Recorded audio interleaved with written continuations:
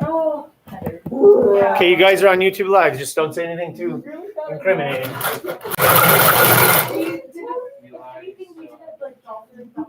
Oh. I keep getting like YouTube notifications that like Mr. Friesen live. Mr. Friesen's live. And I'm like, oh, Yeah, look. maybe you should turn on all that. I'm like in my off period, and I'm like, I could tune in. You can. I could say, hey, I tuned into one of your period studies classes. Nice. And I was like, wow, this is a different A vibe. little bit different vibe. That's nice. That's Just funny. me. That is funny. Okay, that's done. It's like, I I can do this. Yeah. Cool. Oh, goodness. So I don't think I need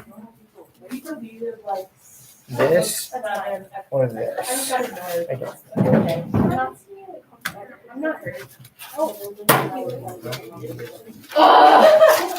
Every time. It's like every time my rider's off, or he's like, hi, I'm here.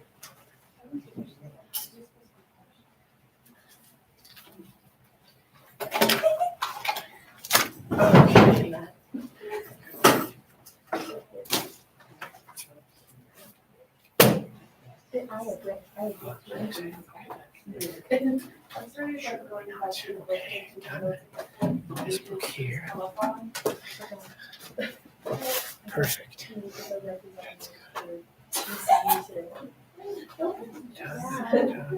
But still. Yeah.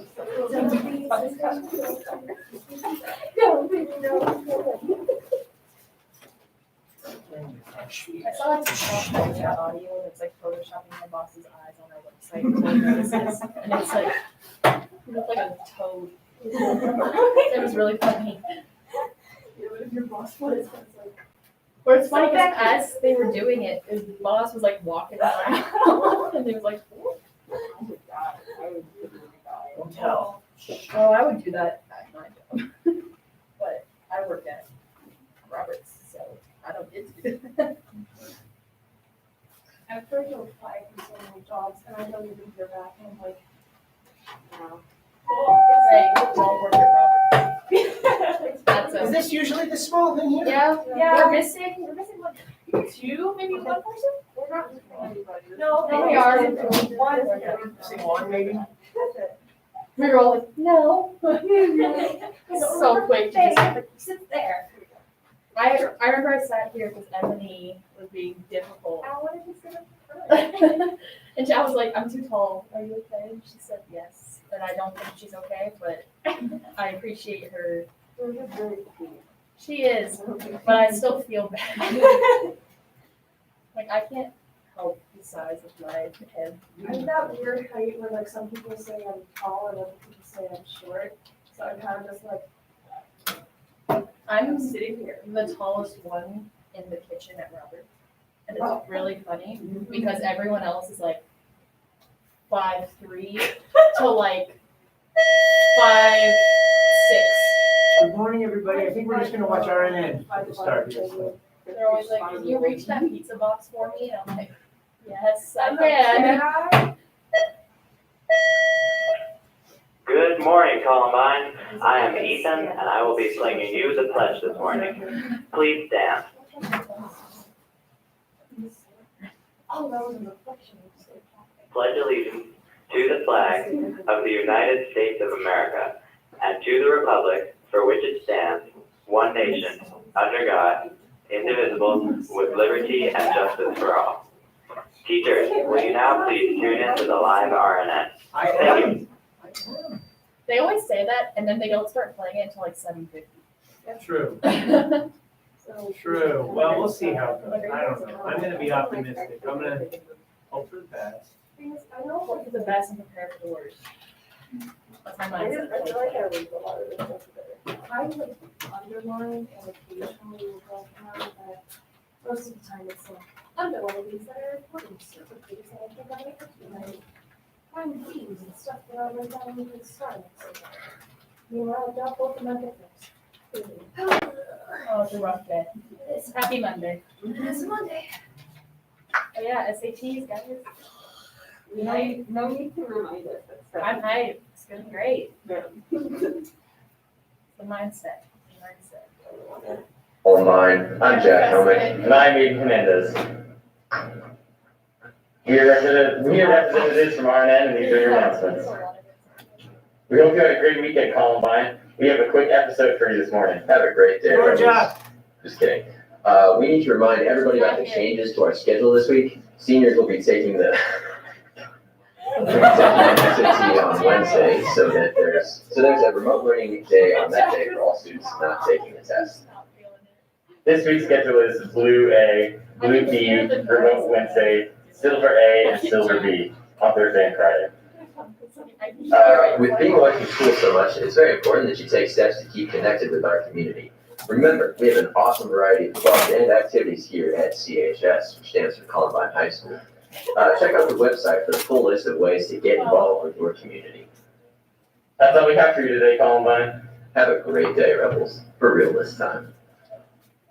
All right, that was exciting. Oh boy. Episode thing. What was that? It's a quick episode of RNN. That's what they're trying to say. See, layers of meaning. Hey, welcome everybody. Hey, 1, 2, 3, 4, 5, 6. This is awesome. Like I said before, just like going to fancy private school. You guys are awesome. So happy Monday. Oopsie. Thanks for coming. What? Happy Monday? I know. It's kind of odd. It is. It's odd. Today's an A day. Tomorrow's a B day. And Kaylin's here. And oh my gosh, this is really hard to take attendance like this, isn't it? Okay. Georgia's not here. That's important to note. And Paris is here and Charlotte's here. And I don't know about that one. And Ebony's that one. And Rachel's here. And Jamie's here. And that's it. Wow. Welcome. Thanks. If you're at home, hi. Welcome. Thanks for coming. Thanks for making English a part of your day. My name is Mr. Friesen. I'll be your teacher all day today. I have a poem to start things off. Oh, geez. This is a long one. Oh, boy. Oh, boy. Today's secret poem is called Sardine. No, it's called Why I Am Not a Painter. Why I Am Not a Painter. And it's by Frank O'Hara. It goes just like this. I am not a painter. I am a poet. Why? I think I would rather be a painter, but I am not. Well, for instance, Mike Goldberg is starting a painting. I drop in. Sit down and have a drink, he says. I drink. We drink. I look up. You have sardines in it. Yes, I needed something there. Oh. I go and the days go by and I drop in again. The painting is going on and I go and the days go by. I drop in. The painting is finished. Where's sardines? All that is left is just letters. It was too much, Mike says. But me, one day I am thinking of a color, orange. I write a line about orange. Pretty soon it is a whole page of words, not lines, then another page. There should be so much more, not of orange, of words, of how terrible orange is in life. Days go by. It is even in prose. I am a real poet.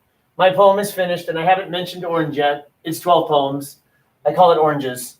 And one day in a gallery, I see Mike's painting called Sardines. And you guys say, So today what we're going to do is real simple. Today we are going to read a poem. Yay, welcome. Agenda is kind of different. And then I'm going to give the guys in class the imagery essay assignment. It's a blue sheet. It's the actual assignment. And then if you're at home and you're coming tomorrow, you'll get this. But if you're never here, you'll want to print this off from my my website. Then I'm going to talk to you guys a little bit about a tentative plan for papers in the next weeks. Actually, I think I'll flip those things. I think I'll talk about the plan, then I'll get the assignment out. And then all we're going to do today is talk about Tinkers Chapter 3, maybe get into Chapter 4, and then we have to finish Tinkers tomorrow, so we want to make sure we're far enough in, and then we have homework. If you're checking on Google Classroom, even you guys in class, you should check in on Google Classroom. You should do that right now. Like, really? Yeah. And the reason we do that is because it's so efficient if everybody says turned in. It's annoying if some things say missing. For those of you who are worried about grades, you'll notice you have 0 grades in English class right now, so that's a good thing. Okay, 6-week grades are due this Friday, so we'll just make something up, okay, and that's okay. Yeah. For the summer? Oh, yeah, absolutely. But he's going to put it in time. Yeah, I'll just put it in right before your college scholarships are due, okay? There you go. Yeah, don't freak out. Don't freak out. I would never hold the fact that you're in a pandemic against you guys, great GPA-wise, okay? You're okay. Just continue to do good work, and everything will work out fine. I always say, like, I don't know, you should do your best work, and you should do the work you're proud of. And if you're doing those things, then everything works out.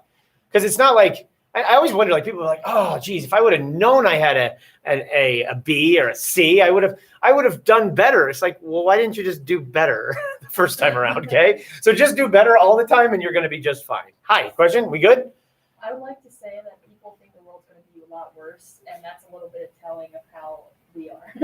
People think that. Oh, on the world's gonna be poll. worse. I didn't Yeah. see the poll. Let's go see the live poll, shall we? I did vote for worse, but like still. Do you get to see the results of the poll once you voted? Is that what it is? Yeah. Nice. I like that. Okay. So classroom, period 1. Period 1. Check in. So vicious, like, upsetting. Like, I thought people would be different. Okay, I see it. But Period 1, check. now I know. No. I can't see Hey, it. you're right. You're right. You're wrong. Oh dear. Surprised. You people are, wow, that's really pessimistic. Yeah, Well, it's not that bad. it is very telling though. Thing is, if It's such a subjective question. There's so many ways to define better. But who's to say it will be in this world? We Oh, could good be point. on Oh, Neptune. world. Yes, absolutely. I do. All right, nerds, here we go. You guys are actually doing pretty well getting through Tinkers. Third hour, I keep getting on rants. Not even rants, just sidetracked on things. So we haven't talked about so many things, whatever. Okay, so here's what we're going to do. I'm going to skip slide 3 and go to slide 4, and then we're going to come back to slide 3. So slide 3 is the imagery essay. We'll get to that. Slide 4 is the tentative plan for your papers and through the next week. So here we go. This week is kind of a weird week. You have SAT on Wednesday, okay? So everybody's here, or if you can be here, you're taking the SAT. There's signs all over the school. There's little carts with booklets. Make sure you grab one of those booklets because that booklet has things about the SAT. There's one right inside the main office. I think there's one outside the student entrance. I don't know, but there's these booklets. So you want to do that. And then so on Monday today and Tuesday tomorrow, we're going to finish discussing the book by talking about the last 2 chapters, okay? I cannot believe it's the end of September and we're still talking about this first book. It's just insane. We're usually done with this about, I don't know, August 20th. Okay, so well, maybe August 28th. Definitely before Labor Day. And so it's not your fault and my fault. It's just craziness. Okay. So then next week is our first kind of, well, actually our second kind of normal week where we go blue, silver, remote. So what we're going to do is on Monday and Tuesday, you're going to have an in-class essay when you're present. So you guys in the room, 1 week from today, you'll sit here and I'll give you a 40-minute question on Tinkers. On Friday, in theory, you watched a video of me talking to you about in-class essays. Bless you. I also had given you, and again, I had given you a piece of paper about in-class essays. Didn't I give you a piece of paper about in-class essay tips? Yeah. Yes, no? You gave us a sheet to print off, Yeah. but I didn't actually give it to you? Give it to us. I said I was going to give it to you today? Yeah. Oh, I forgot to copy that. Well, I should do that. I'll go copy that. Let me think about that. Yeah, I'll copy that for you. I'll actually just hit print in here and do that. So I'll give you that tip sheet so that you guys have it. Or would you want that? Or are you able to print that on your own? I don't know. I think you should have it. Didn't I give it to you? No, I didn't. You're right. I always have to think. Like right now I have stuff for the Iliad, like book 4 of the Iliad that I'm handing you today, even though we're not doing it for almost 2 weeks because of the way I never see you. So it's kind of weird. Next Monday or Tuesday, the day you're in class, that is the day you take an in-class essay on Tinkers. That in-class essay is very simple. I will hand you a former prompt from the AP exam, and then you will apply that prompt to Tinkers. So if the prompt was about like the idea of exile and being cut off from home, you would have to do that with Tinkers. I wouldn't give you that one because that was been our model. Or maybe I give you one that says something like, in many works of literature, a country setting is important. Discuss a work of literature in which a country setting is present. And you'd be like, okay, what's the country setting in Tinkers? And it's like, the answer is anything that's outside in the natural world. Or Much Madness is Divine Ascents, according to Emily Dickinson. Discuss a book with apparent madness or breaks from reality. And then you say, oh my gosh, this book works great. So all I would do is give you that on next Monday or Tuesday in class. Next Monday or Tuesday when you walk in the door, your explication is due. Now, if you're not walking in the door on Monday or Tuesday, class is flippable. Yeah. Then you're making sure it's uploaded to turnitin.com on the day that you are technically assigned to. Okay. And then that's fine. And I'll print your paper off of turnitin.com. But I want a physical paper from you when you're in the building. Then I'm going to give you some background information on the Iliad. So on Monday, so you guys who are in the room, and you guys flip this who are not in the room, on Monday, I will give you an in-class essay, and then I'll start talking about the Iliad. But when you're at home, you're going to do an online thing on the Iliad. It's going to be 100% online because it's a way for me to do some background information on the Iliad for you. So then after you guys in class take your in-class essay, you'll go home, we'll check in together, and then I'll say, okay, go watch the video. And there's a video of me talking about the beginning of the Iliad, okay? You're turning in your explication, and then I'm going to give you some handouts right now on the Iliad. If you're not here, you'll get those handouts tomorrow. If you're not here ever, those handouts will be online next Monday or Tuesday, okay? Then Friday of next week, so what's up? Yeah, Friday the 2nd of October, your imagery paper is due. So 3 Tinker's papers in 1 week. But none of that is 7 days away. I am now 7 to 12 days away from now.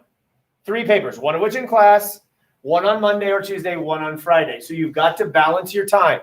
Some students say they take, I don't know, how long is it? And you should see how long it takes you to write a paper for this class. I know it'll take you 40 minutes to write the in-class essay because we're doing that in class. But will it take you 3 hours to write the imagery paper, or 1 hour, or 11 hours? And you've got to kind of budget your time between now and then.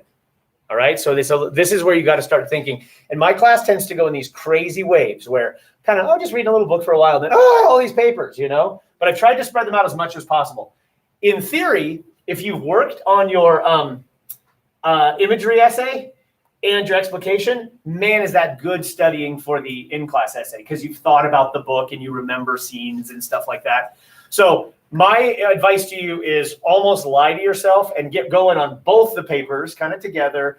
And then when you're stuck on your explication, crank open the imagery. Sometimes you'll see something. I've had students ask me before, is it okay if I use an image in my explication? And I'm like, of course. And when you're writing your in-class essay, if you're like, I need an example. Oh my God, there's a perfect example from my explication. You would drop it right in your in-class essay, okay? It's all your brain. It's just 3 ways of talking about a book. Make sense? And then on Friday, I'm going to give you, when you're going to upload your paper on Friday when I don't see you next week, and then some more information on the Iliad, and you're going to be reading the Iliad so that 2 weeks from today, you're going to have completed the first section of the Iliad, okay? And so that big fat book you have is there. Holy cow. Let me give you this. Did I give you guys a rubric for how I score papers? No? You didn't? I didn't actually give you the physical copy? Okay. This is how I score papers. It's pretty simple. It's a 6-point rubric. It is, you get 1 point for a thesis.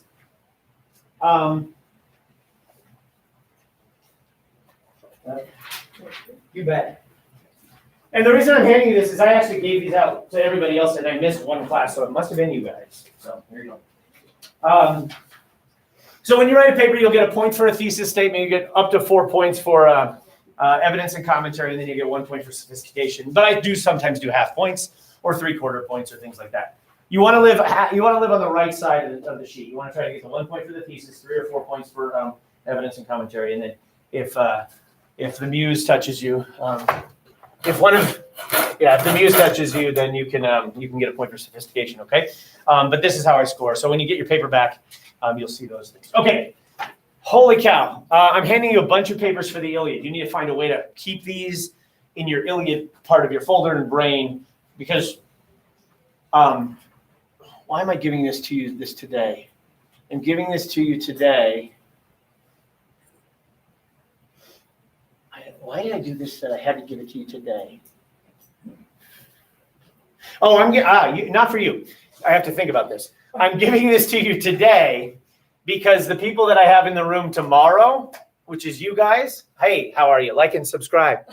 You know, I was thinking about setting up my website here on Google Classroom, but I've actually been using Squarespace. Squarespace is an amazing platform that anyone can use. I set up a website in just 15 minutes, and their online help was amazing. They had templates and work through videos. If you are a content creator, Squarespace is for you. And if you right now go to squarespace.com/Friesen English, you can get 10% off. Squarespace, everybody needs a website. All right. Anyway, if you're coming in, no, the people who are at home, you people in your jammies, you people, I have to hand you these tomorrow so that when you're on the machine next Monday, you have them. Okay? Oh my I had to think this through really carefully this weekend about what I needed to copy. So here's what you get. You get one of these. Somebody's gonna say, what is the Iliad about? Okay? What is Iliad about? The Iliad is about a fight between Hector and Achilles. No, let me start over.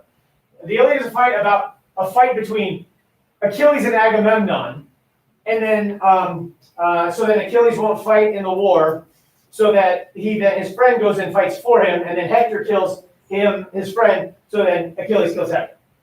Okay? That's what the Iliad is about. What is the Iliad really about? The Iliad is about these things, and you'll notice this blue sheet of paper is a handy-dandy bookmark. This is what your Iliad essay is about.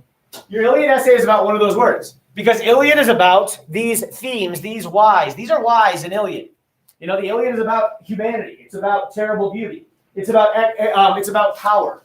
It's about pathos. You know, and if at the end of the day you don't know what to write about, just write about honor, because honor is the go-to for the Iliad. Just like, time might be the go-to for tinkers. But what is the Iliad about? It's about all of these things. So what does the author do? Homer uses a character like Hector to make us think more about the complex nature of symmetry. Okay? So the thing in the book is building one of these. This is every single thing that happens in the Iliad. So if you don't want to read the Iliad, just read this piece of paper. This is a summary of the entire Iliad. Okay? So what's the first thing that happens on the Iliad? Well, Homer calls upon the muse, blah, blah, blah. And then if you're a spoiler person,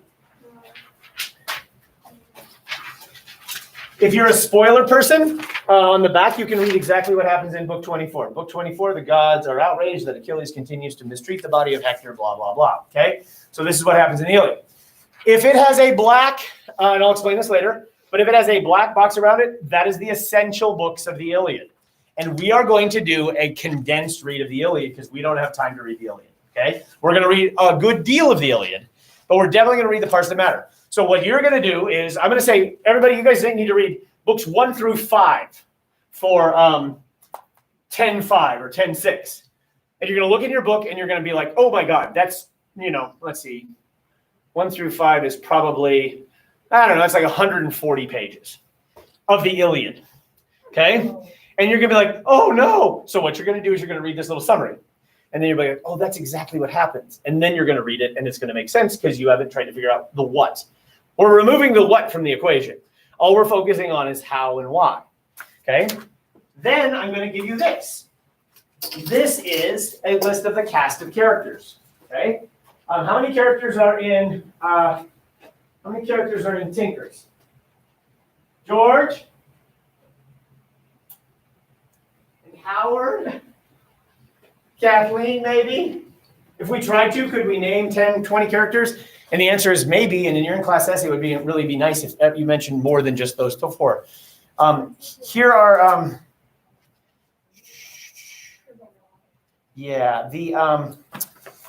the cast of characters in the Iliad is, let me see this book.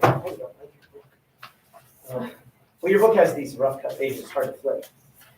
Your Iliad, the cast of characters begins on page 639.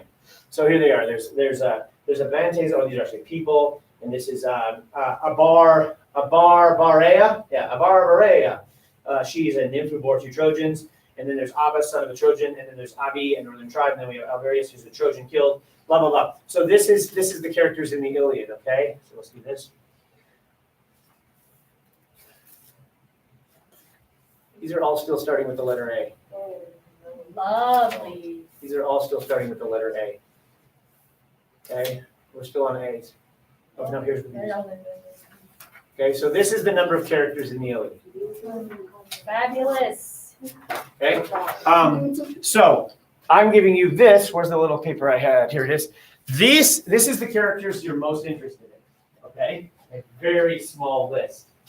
And on this list you have some handy dandy columns which will help you. So if you're reading along and you're confused and you're like, who is this person? And you don't know, well, maybe you look at this list. You'll notice how these are handy dandy book size, so you can keep them right in your book. So you have basically In the yellow are the Greeks, in the green are the Trojans. It's a war between two tribes. Some of the people die, those are called mortals, like George. Some of the people don't die, those are called immortals, like Zeus.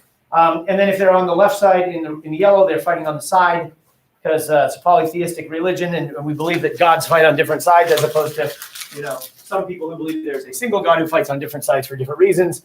And then you have basically the book they're introduced in, If they're italicized, they're female. If they're not italicized, they're male. If they're, what else is wrong? If they're, blue, I guess, also is that. And then if they're in the middle, they don't really, it's hard to put them on a team, okay? Anyway, so there's that. The third thing I'm going to give you is this. When you're reading the Iliad, if it's highlighted, you have to read it. If it's not highlighted, you don't have to read it. Now, if you want to read it because you're a quick reader and you like this, more power to you. But if it's highlighted, you have to read it. And if it's highlighted, so for example, in book 1, you have to read all of book 1, but you only have to read the first 580 lines of book 2. And then you have to read all of book 3, but you have to read 2 sections of book 4. You don't have to read book 5 at all. You have to read all of book 6. You only have to read the beginning of book 7. You only have to read one little thing in book 8. You have to read all of book 9. You don't have to read book 10. Make sense? So this is a way to go through the whole thing. But you are actually going to read, but you can see by the end we're reading quite a bit of the Iliad. But you only have to read what's on here. And that will make our 500-page epic about 250 pages, okay, which is going to be a lot more manageable. Okay? Phew! 1, 2, 3, 4. I just gave you all the sheets for the Iliad. So, what are you planning? Let's do this again real quick. What are we planning for? Just finishing Tinkers this week. 1 week from today, you're handing me a paper. Okay? And then by the end of next week, you will have handed me the other paper. Comments, questions? All right, here we go. We're talking about Tinkers now. In order to talk about Tinkers, let me go here and go back. I got to give you this piece of paper. If you're going to be here tomorrow, here it is. If not, is it online? I think it's online. Let me see if it is. Day 11 class information. Yeah, it's online. This is the actual essay assignment for Tinkers for the imagery essay. So now, yeah, you got to get Iliad out of your brain and put Tinkers in your brain. This handout that I'm giving them, it says here, as we finish the book this week, as we must, you need to commit to an image and a theme for your formal essay. And that formal essay is due in, 12 days. Basically, your paper will be, through his imagery of Harding explores, okay, those two things. And you need to drop one word into this blank and one word into this blank. Through his imagery of anatomy, Harding explores identity. Through his imagery of clocks, Harding explores constancy. Through his imagery of one word, ice, Harding explores, memory. Okay? The thing in this blank has to be something you can see, touch, taste, feel, and hear, because it's imagery. The thing in this blank is something you cannot see, touch, taste, feel, or hear, because it's an idea. And then, of course, it will get more elaborate, where you say something like, as heat imagery,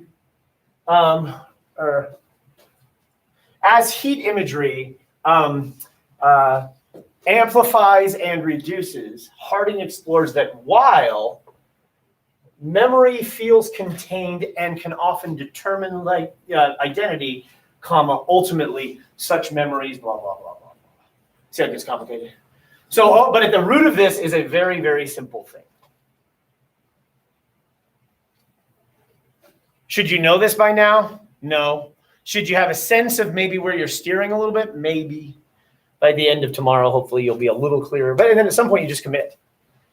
Because some people in here it's going to take them 10 hours to write this paper. Because they're going to start writing on insect imagery, and then they're going to get stuck, and they're going to say, oh, I guess I'm going to write about trees. So then I'm going to write about trees. Then I'm going to I don't want to write about trees. Then I'm going to write about, because you can write about anything. And the problem is opportunity. Barry Schwartz wrote the book, The Paradox of Choice. If I just told you you had to write one thing, it'd probably be a lot easier, but I'm giving you choice. Take a look at the blue sheet if you're in the room. If you're at home and you want to click on this link, this is the assignment that I'm going through right now. I'm going to go through it very, very quickly. So the due date, you can go ahead and fill that in. This due date is due on the beginning of class, and it's next Friday. And next Friday is the 10th, the 2nd of October. And it says hard copy and turn it in. You just have to have it uploaded to turn it in. But then the next time you see me, you're going to hand me a hard copy. If you never come in the building, you know, there may be a way for you to drop the paper off at the main office, or you may be able to send it to me and I'll print it. But bottom line is it needs to be uploaded to turn it in by Friday, October the 2nd. But then you'll submit it to, or you'll hand it to me the next time you see me. In a well-organized or well-developed and organized essay, analyze how is the most important word in AP English, period. How. Harding uses an image or image family to explore a theme. That's it. Paper should be between 1,200 and 1,500 words. Okay, so shoot for 1,350. Okay, what is 1,350? 1,350 is about 4 full pages because most people can get about 350 words on a page, 330 to 350 words. Okay, some people are like, but I got 500 words on a page. I'm like, that's because you used little words. Okay. Possible images are listed on a previous handout, okay? And you may also work with an image not listed, but I highly recommend you check with me if you want to use imagery of like, I don't know, some people come in and be like, I want to use imagery of like, you know, like kind of constancy. I'm like, constancy is not an image. Constancy is an idea. So a lot of times people are gathering images that are different kinds of images to form a theme, and you don't get to do that. You get to you look at one kind of image, okay? In the end, you will focus on one image family and one family of image and one thematic center filling in this form. I'm not going to go through this whole handout with you, but on the bottom of the first page, it says, I'm going to look for 2 things. Number one is I'm going to look that you can exhibit control of your paper. Many of you are going to be writing on really complex things. How do you wrangle something complex? That's life in a nutshell, right? Which means, you know, you need to have a good thesis statement. You need to have a good line of reasoning. You need to have good topic sentences. You know, you often want to set up an XY proposition, something like while something's doing this, ultimately it does this. It makes your paper inevitably move forward. Your paper should have focus and flow. You know, you should build the complexity in your paper. So honestly, all I'm looking for is just control your paper. And the best papers are not the papers that have the greatest ideas. They're the papers that can control those ideas. And the second thing I'm looking for is I'm going to look that you engage with the text. You know, your paper should be replete with textual support. You want a number. How many quotations should you have in your paper? Some people love a number. How many quotations should you have in a 4-page paper on a book? And the answer is some. Let me show you right here. If you are at home, I hope you can see this. And if not, tell me to show it to you tomorrow. And I will show it to you tomorrow. But I will show you. Is this it? Yeah, here it is.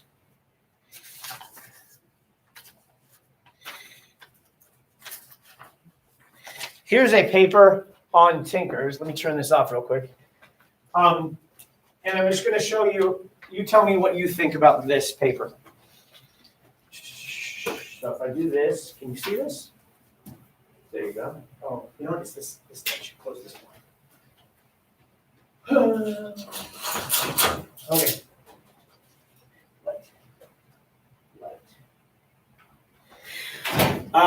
Yeah, this is kind of bad coloring, but if you look at this paper, everything that's highlighted yellow is a quote from the book.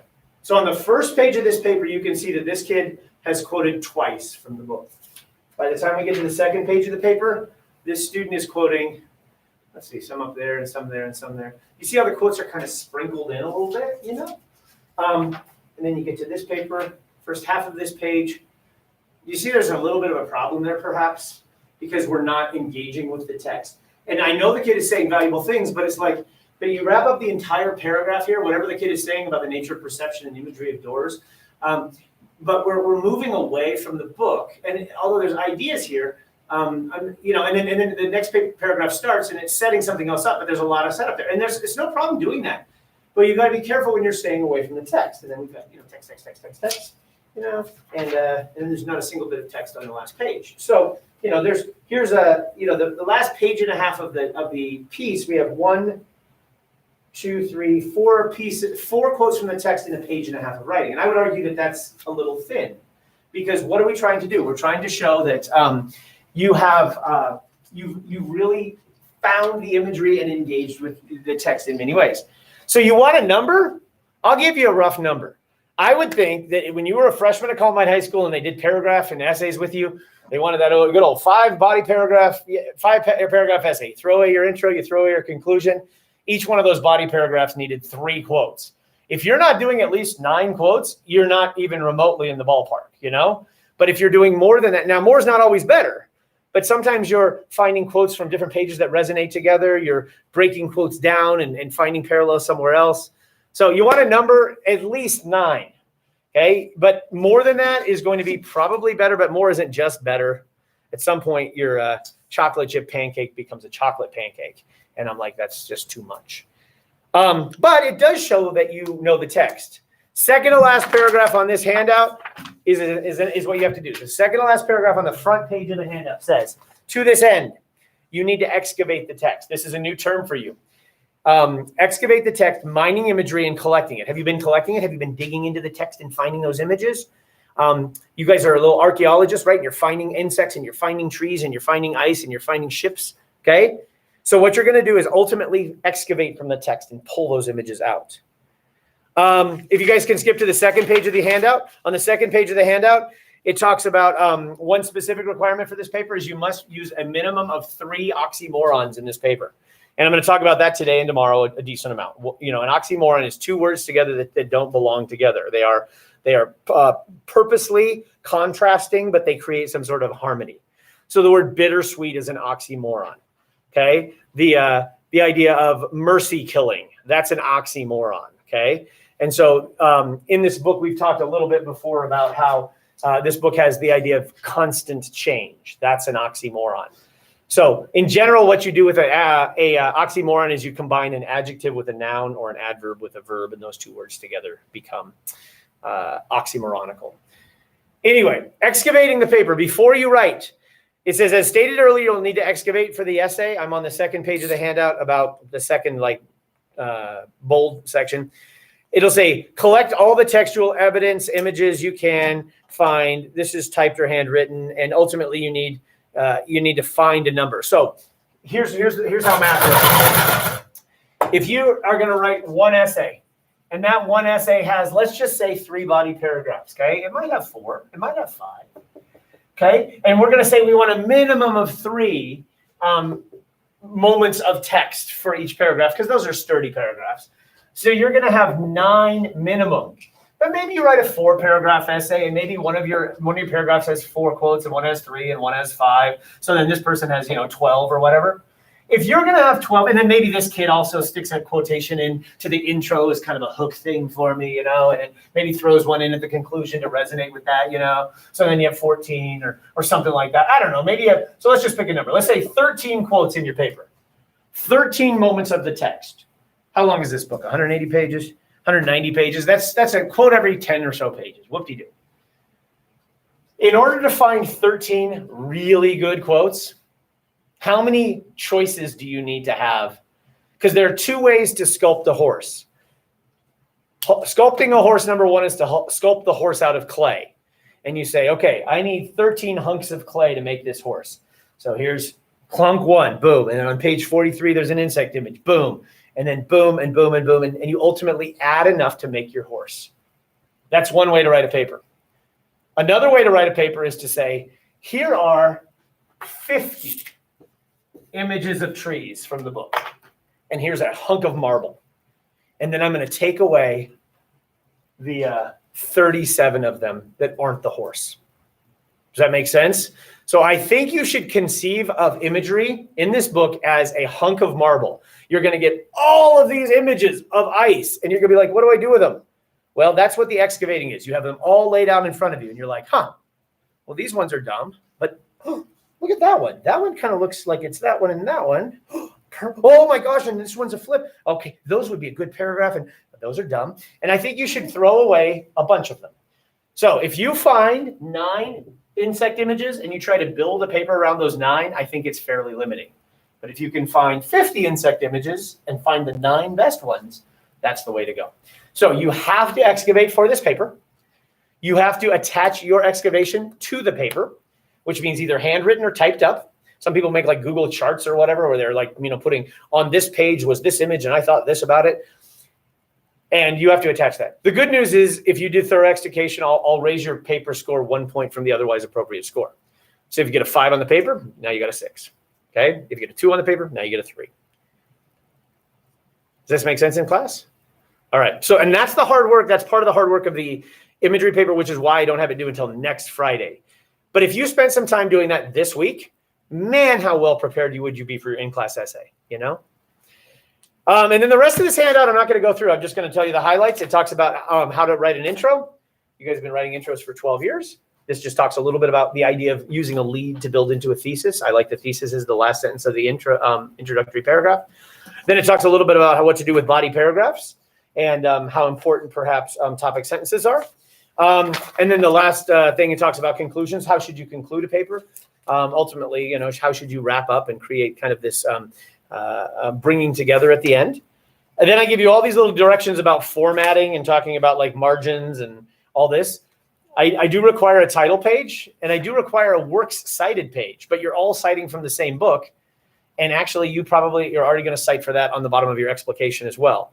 And the reason we're doing a works cited page is we're going to practice works cited pages easily before we do hard ones next semester. So we're just practicing the most simple, boring works cited page. Your works cited page is identical to everybody else's works cited page except for your last name and the page number in the upper right hand corner. So if you want to just steal your friends, steal your friends. Okay, unless your friends is wrong. Okay. And then the last thing is quotation usage. And the last page of this handout is all of the crazy ways to think about how to integrate textual material, whether or not you use colons or commas or nothing. How do you punctuate dialogue in a book where the author refuses to punctuate dialogue? How to use ellipses, how to combine parentheticals, what a parenthetical is, how to use a block. Should you use a block quotation? No, things like that. So this handout is just all information about the handout or the sheet. So here's what I need you to do. I need you to read this. And if you're confused about this, let me know and I get paid money to help you. Okay. So at the end of the day, the most important thing on this handout is why we're here. And you've known this since day one, which is my paper is about what? And so when you walk in the room and I say, hey, what's your paper on? This is your answer right here. What is your paper on? And you're going to say, my paper is on legacy. Like, how fun. How'd you come to that? Well, I looked at a whole bunch of houses. I'm like, okay. And I'm like, what's the deal with legacy? And you're like, well, ironically, legacy is this interesting blend of both lies about us and truths about us that live on beyond we live. And I'm like, so legacy is a lie? And you're like, kind of. I'm like, how do you know that? And you're like, because of the stupid houses. Okay. And I'm like, how did you come up with that? And you're like, because I looked at a lot of houses and they told me that. You don't get to start here. You don't say, I really want to write about, I think time is a point. And I'm going to go find an image that proves that in the book. Let the image give you your paper, and it will. You just have to be open to it. Comments, questions? All right, that's enough of that.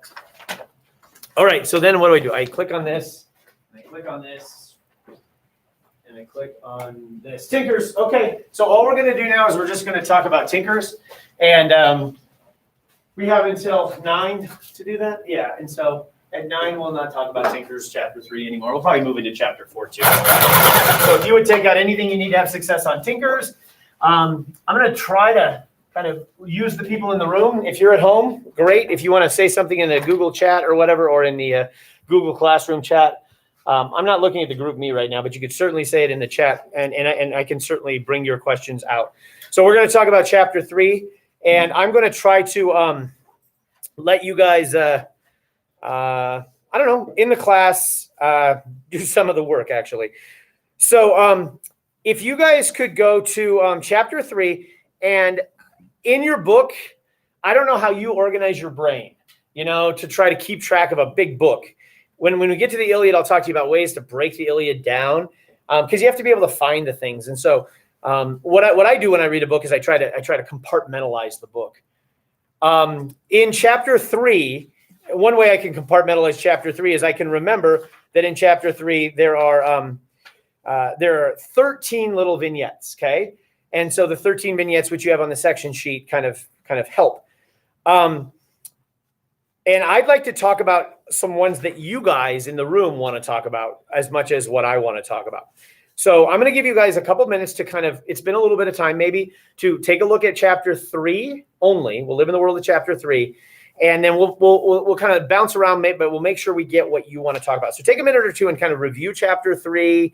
Try to remember what you were thinking while you were reading it. And then we'll see if we can talk about certain sections of chapter 3. So do that. While you do that, I'm going to hit print and print out the thing I promised to give you today.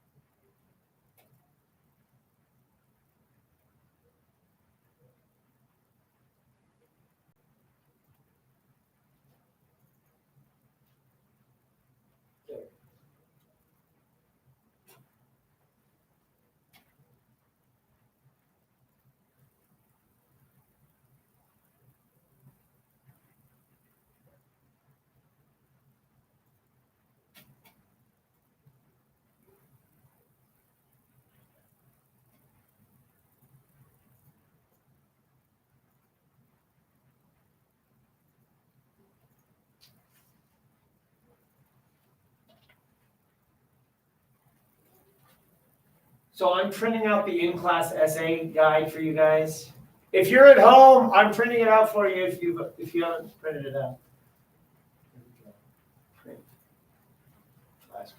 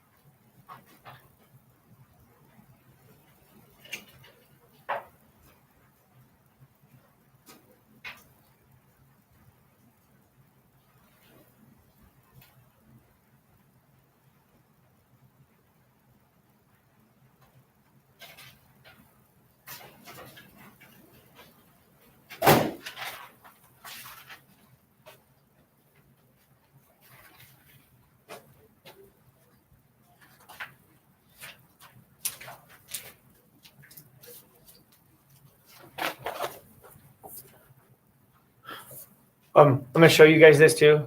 And if you're at home, I'm interrupting you. This is what you can do for an excavation. See, it's just this little list of on this page, I found the image. See, it's just like a list, you know. On this page, I found the image of a tree. And on this page, there was a leaf. And on this page, there was the word roots. And this page, there was that. Does that make sense? And then what this kid did was they went through and they started highlighting different colors as they saw patterns in their evidence, okay? And, you know, how many does it take? I don't know. It's up to you. But clearly, there's a bunch of examples of things. And I'm not saying you have to have 3 pages of fully things, but if you did track how many ices there were, wouldn't there be quite a few? I would think there would. Okay.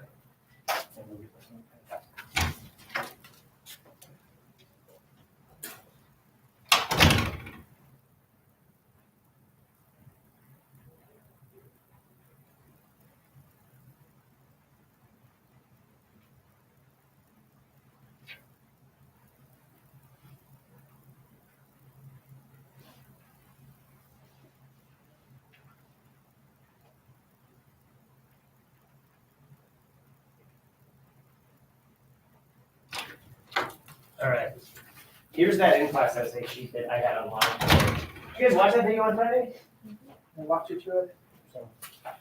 Okay, here we go. Chapter 3. What do you think? I have lots I'd like to talk about in Chapter 3. Chapter 3 is our last Howard chapter before we're back in the world of George's brain. Okay? Anybody have something to start with? Ooh. Because I can start, but also if you guys want to start, that'd be cool too, because I don't want to steal your thunder. Is there a moment in Chapter 3 that's worth talking about? Is there a situation? Jamie, right?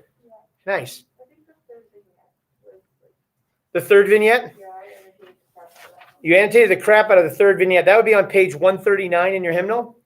Is that right? Yep. So how can I not wonder, bottom of 139, how can I not wonder what it would be like to sit in that cold silver water, the cold stone water up to my shin, the tangled marsh grass at the level of my eyes, Sit in the still water, in the still air, bright day behind me, lighting the face of everything under the dark millstone cloud lit in front of me, watching the storm coming from the north. There is my father whispering in my ear, be still, still, still. And yet you change everything. What was the marsh like waiting for the sun before you came and kneeled in the water? It was like nothing. Watch after you leave the water. Now, cold and regretful, miles from home, certain of the belts on your backside, the cold shoulder, the extra chores. Watch the water heal itself of your presence. Not to repair injury, but to offer itself again, should you care to risk another strapping. Because instead of the sky being dark and the trees and stone bright, the next time the sky will be bright, but the world gloomy. Or there will be rain with no wind, or wind and sun, or a starry sky laced with clouds that look like cotton thread. You could not do better if you passed 1,000 acts of Congress. What do you think? Why? Why did you annotate, as you say, the crap out of that? It shows how like water, like how it can be repaired and like Water has what? it can be repaired and over time, like it's like you still leave your impact, but Mhm. like you leave and it repairs itself. It's interesting with the time concept of how we can move through space and time in this book. Right? So we have this ability to both restore, but also leave an impression. We move through space and time. I like the idea of reparation or restoration. Nice. Anything else?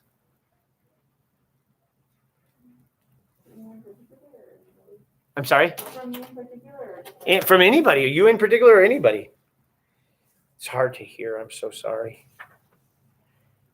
In that vignette, I really like the idea of stillness and movement, the constant change. Stillness and movement and constant change. I'm just repeating because I think on the video at home. Okay.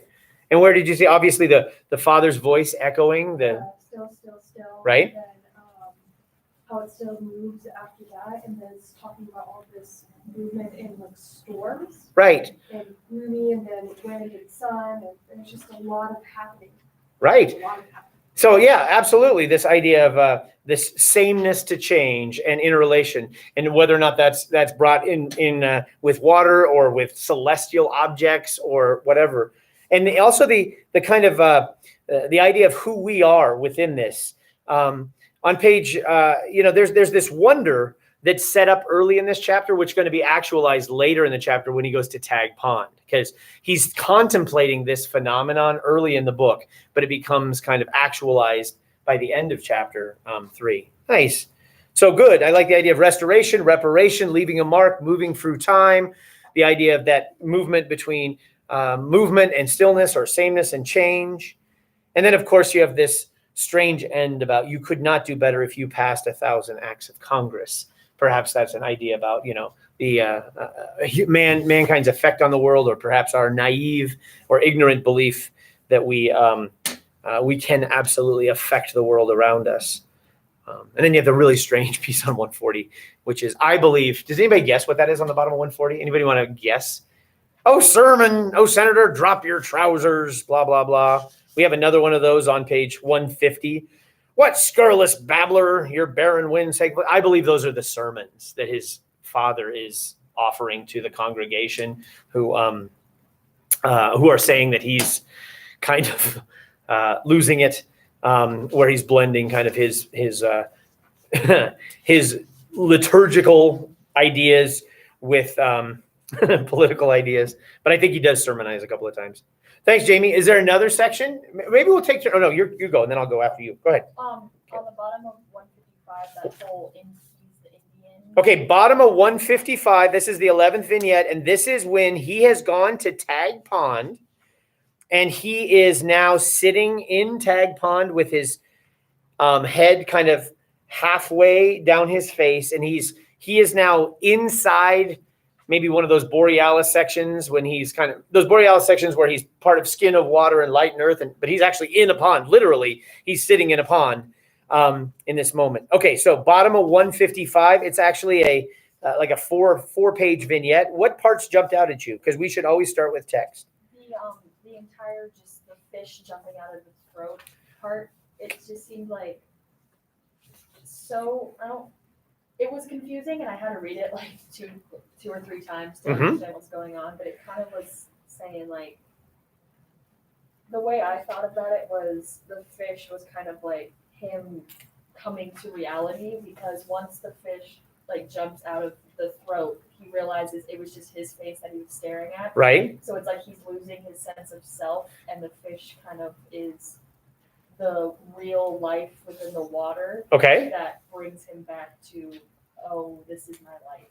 Right. So he's kind of viewing a imagined self in this mirror that's not really a mirror. And you have that nice blending of what he's imagining versus what he's what's really existing. And I like the idea that the fish is almost like a transitional device between those two realms, you know? That's kind of an interesting thing. Let's stay on that one a little bit. Anybody else see anything in that that section with him and Tag Pond, with the Indian Old Sabbatus, and then that moment? Some really good lines in there. Talks about, I think this goes back to what Jamie talks about, the water being undisturbed, even though he's present in the water. The water seems to just form gently around him. I will say, if you go to the bottom of 153 real quick, it says, these are just some of the subtle things that I'm sure you notice, but they're also just fairly subtle in the book. Bottom of 153, Howard eventually comes to an outlet at Tag Pond. So sometimes we want to think about things like this. Howard eventually comes to an outlet at Tag Pond. The day is unusually warm. He stoops to examine how the water has arranged, blah, blah, blah. So that is present tense, third person. But by the time we get to the bottom of, as Kaylin mentioned, 155, sometime after midnight, I saw. So now we've switched to first person, past tense, you know? So what are we doing in this book? We're jumping perspectives. We're jumping times, which is all the things the book is wrestling with anyway. But the author is using various techniques to try to perhaps amplify those moments as well.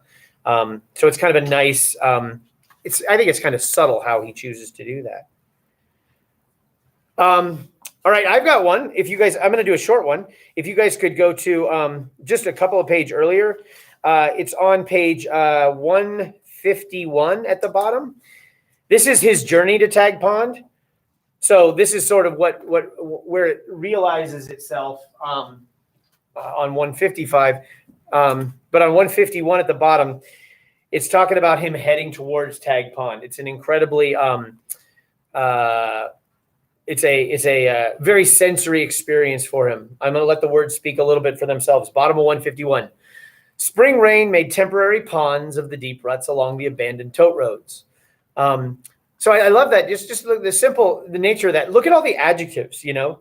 The adjectives in that sense are what? Spring, temporary, deep, and abandoned. In totes, kind of. So bottom line is we have this idea of the thing there, which are the rain, the ponds, the ruts, and the roads. Those are made more. They tie to some of our themes in the book with those words like spring, with the idea of newness or cycles; temporary, with the idea of things which linger versus things which are transitory; and abandoned. There's so many things in this book which are left behind. This is a book about loss. The water was shin deep, the color of iron cream. Howard had to walk through one because it sometimes extended across the width of the entire road into the woods. As he waded through, I like this, his feet pushed up milky, rust-colored clouds of mud from the bottom. So as he looks down, the earth becomes the sky. The water becomes the clouds. It's sort of like, it's the things in the Borealis sections actualized, you know. In the Borealis section, all of this universe are coming together, but that's actually happening just with somebody simply walking through where, I don't know if you go to chemistry class. Everybody hates chemistry because of all those elements. In English class, there are only 4 elements: earth, air, fire, and water. And so we talk about those elements combining with imagery of something like wading with clouds as is pushing up the mud. So we have kind of all of those things combining as this agitate. And it talks about these bright green tadpoles disturbed in their rapid and fragile evolutions. And I, of course, think of the word revolutions when I hear evolutions. Anyway, the tom, tom, tap, that's onomatopoeia of the pileated woodpecker sounded from somewhere in the woods. Somebody's going to write a nice paper about all the birds in this book. Maybe what do you hear when you hear tom tap? We hear maybe tick tick tock. The idea of this beating or rhythmic nature of the universe around us.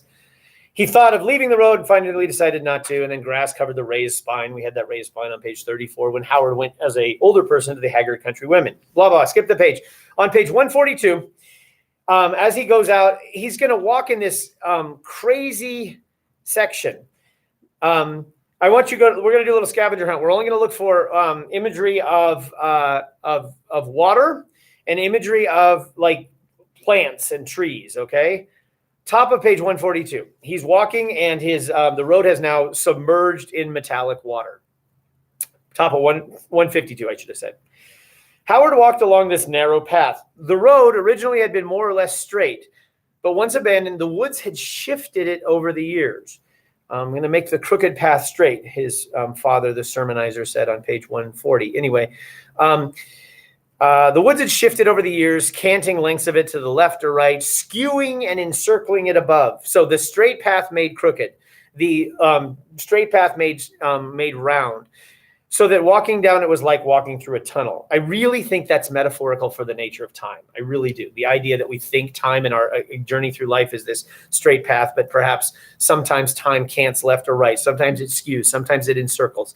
Sometimes it feels like a tunnel. Light filtered down from the sky in various amounts. The branches of maples and oaks and birch leaned across the road toward one another, intertwined, and became nearly indistinguishable. Their leaves mixed up, apparently sharing common branches. As if after so many mingled seasons, the trees had grafted into one another and become a single plant that produced leaves of several species. Does that remind anybody of anything else in this book? This idea of the intertwining, indistinguishable, mixing up, and then mingling to become a singleness of several. How many times have we had that kind of a matrix or an interweaving back on page like 72 with the panel? But the idea that all is one. Very few drops. It said the light was trapped above Howard's head, glittering and abundant.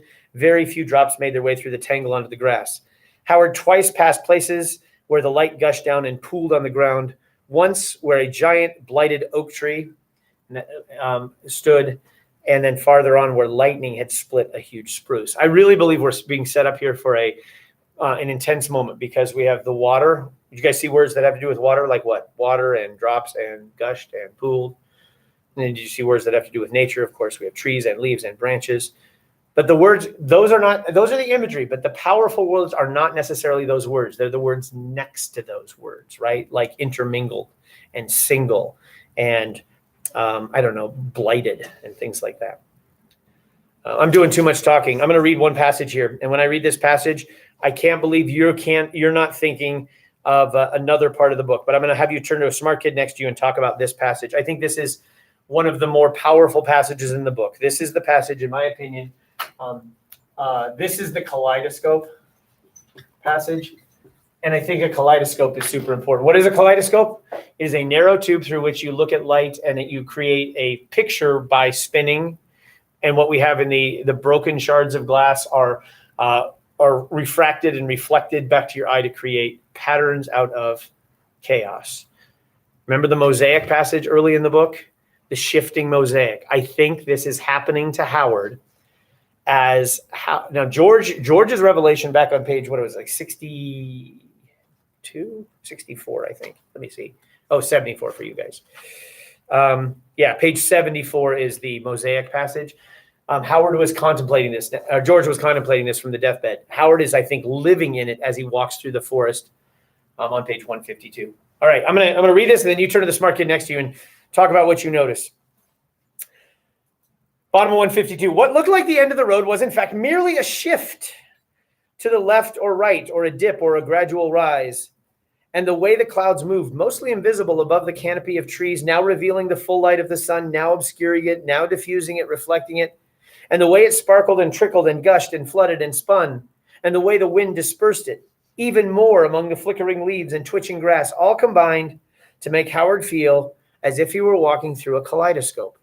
It was as if the sky and the ground were turning end over end in front of him around in a circle, so that the earth, as it swung up over the sky, dropped leaves and spears of grass and wildflowers and tree branches into the blueness.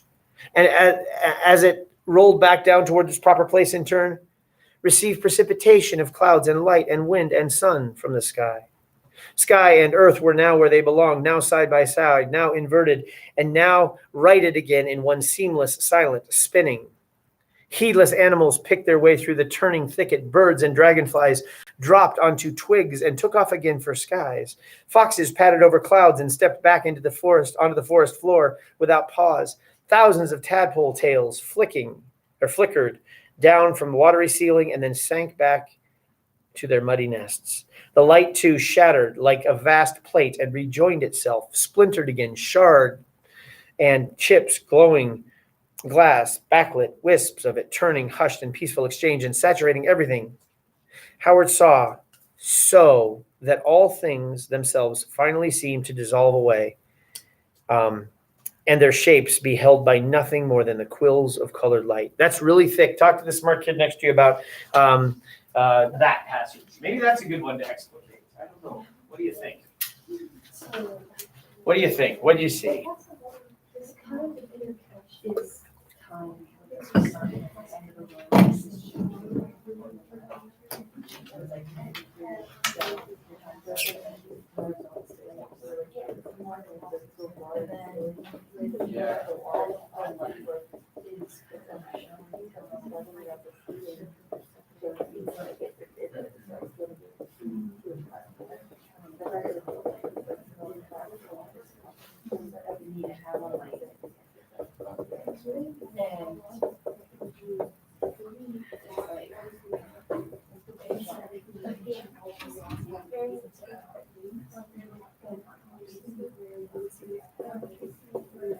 the world is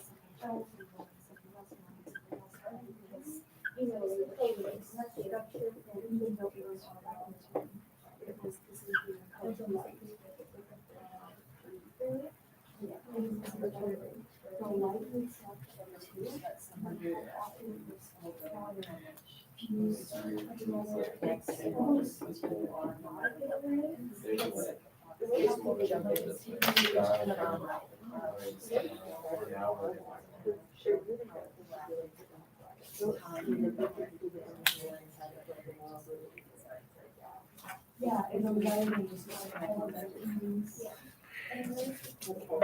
yeah, I was article, the other thing that I noticed was just now. I was saying now. And I think as a representation, also because it is what it is. Because it's kind of coming out like that, so it's not just what it is.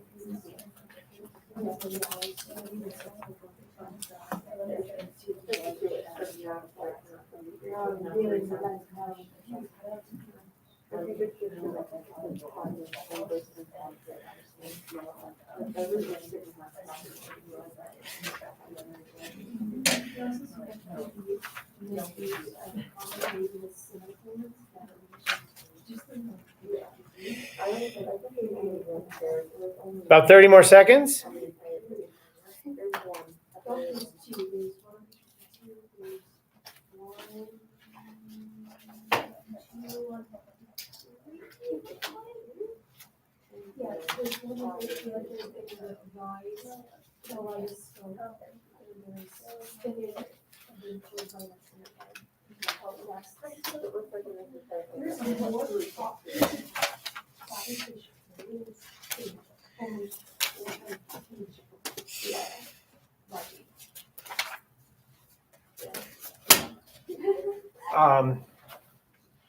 Give this back in just a second.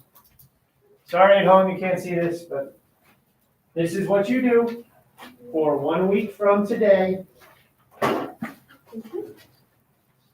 This is what you do. See? You see what it is? You create a fake prompt at the top. The following is a passage from Paul Harding, 2019 years. In the passage, Howard peddles. Oh, that's the wrong type. Top. But then do you see the passage here? This is that passage. And then flip the page here, real quick. And what did the kids say about this? Well, here's a student who chose to write about just that little passage that you guys were talking about. Does this make sense? I don't want you to read this. Why do I not want you to read this? Because I don't want you to be influenced by what other people say. But what is this kid doing? This kid is just talking about what's in the passage, which is what we're gonna do right now. So don't look at this, I'm gonna take this back. Okay? If you're really scared and you're like, I don't know what to do, then contact me and we'll talk through one, okay? But you'll be fine. So what did you guys notice in this little passage? Oh no, this is not it. Oh God, I screwed up. I'm sorry. That's not that passage. My bad. I'm so stupid. Okay, here we go. What did you guys notice in that little passage about the kaleidoscope? Go. Oh, what do you got there? Caitlin, thanks. So something that I thought was really interesting is the phrase, like the light shattered like a vast plate and rejoined itself. Okay. It's kind of like when you think of your world kind of falling apart, like everything that falls apart, but then instantly your brain and your body and everything around you tries to bring you back to that like reality that's however you perceive it. Uh-huh.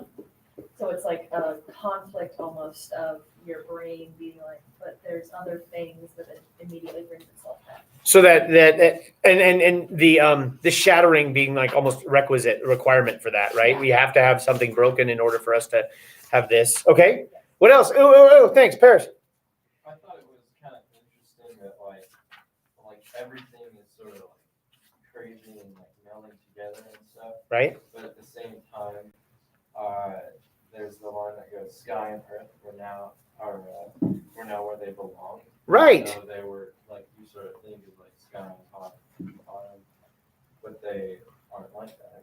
Nice. So there's almost an acceptance of the return from the revolution. Yeah, nice. I like that idea. That's a good one to point out. Amidst the inversion, the spinning, the turning, the taking off, things are where they belong, within that. So there is both constancy within change. There's both a sense of permanence and belonging within a sense of disruption.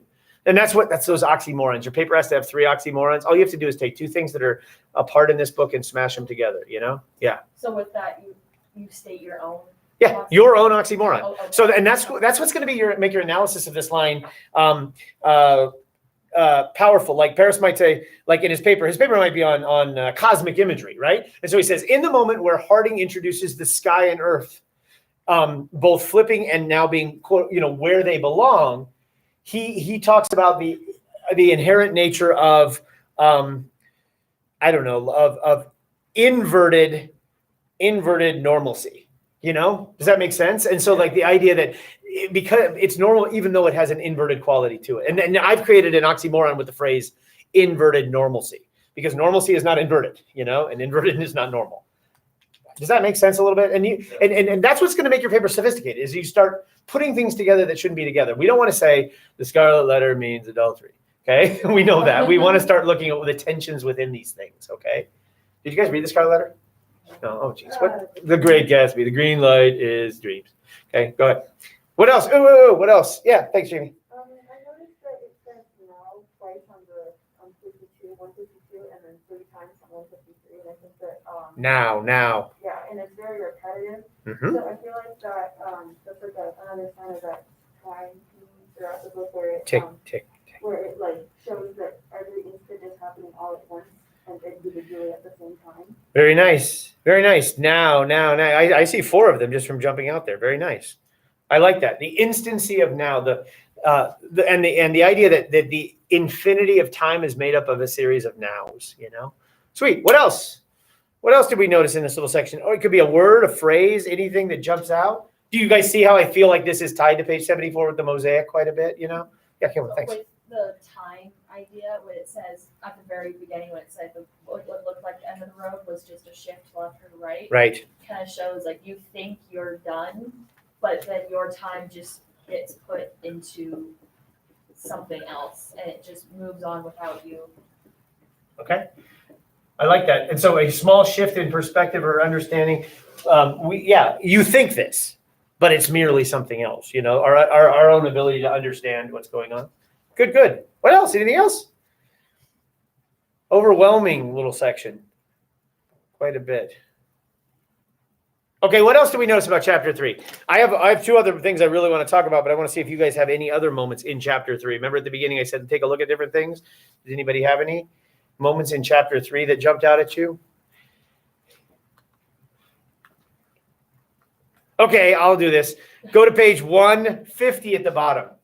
This is on page 150 in the middle is his father, I believe, sermonizing. I really think that that's what his father is rambling to his congregants as he is getting taken away. And they're, most of you would not do anything this unless you, of course, were writing a paper on all the imagery of heat and fire in the book. You probably want to take a look at the burning flames and the bellows making everything hotter. I mean, can you get right now? Heat imagery. Where have we seen it in this book? Here it is. Any other scenes that you're like, oh, there was heat there, or there was fire there? Where else did we see those things? Yeah.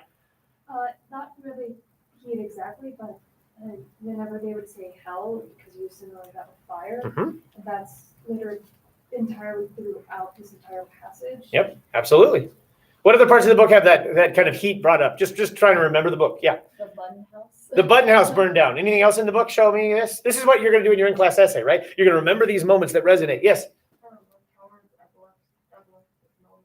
Yeah, absolutely. The fire is there and the lightning is in those. What else? Where else do we have fire in the book? The overstoked fire at the end of chapter 1. No. The overstoked fire at the end of chapter 1. Yes. There was also the empty fireplace. The empty fireplace we have. And the haggard country wives that are looking for the heat amidst the cold. And Howard in the basement, George in the basement, taping his life and then throwing that tape into the fire. And the burning mouse barge, right? Somebody's going to look at all those. And if I stood here for long enough, I bet I could come up with 40 moments of fire in the book. You take those 40 moments, you find the best 8, 10, 12 of them, and you link them together to find a narrative. Go to about page 150. Here we go. What did you notice about this one? I decided to try to find my father in the woods. Who's talking here?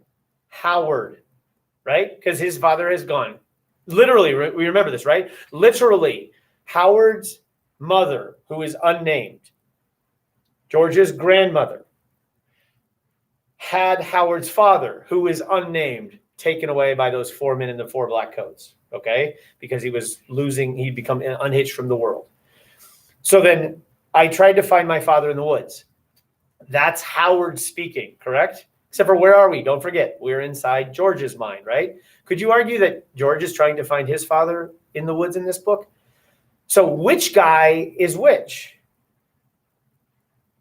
One of the things that's challenging about this book is we're really trying to figure out who people are, like who Dad is and who George is. But here's the problem with this book is who you are is not necessarily always associated with the body and the name and the time, because people are like slipping in and out of identity in this book. This is reminding me of another moment. Go back real quick. Go to the page 145. This is when Father is fading away and leaking out of life.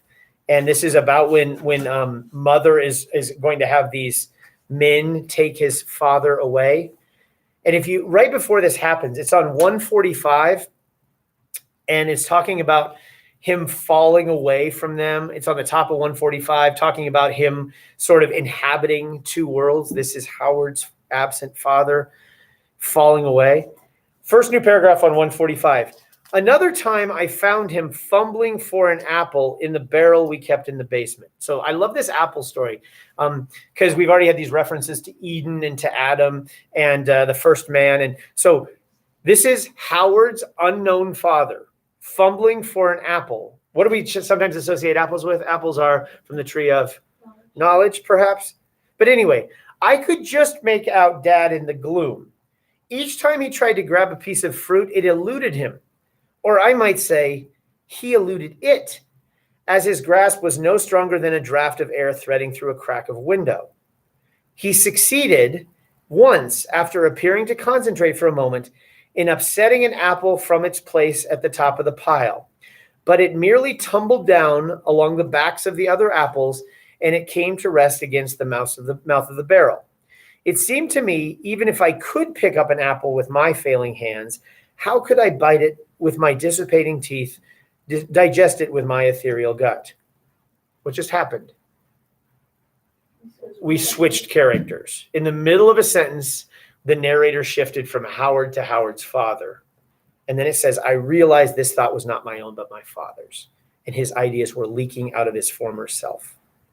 So that's maybe this narrative in a nutshell, is these people's stories are leaking into each other's, but maybe that's one of the themes of this book, is that our identity is not a series of scattered things, but it's a collective unified thing, that you are these people that have come before you, and you are these people you're interwoven with.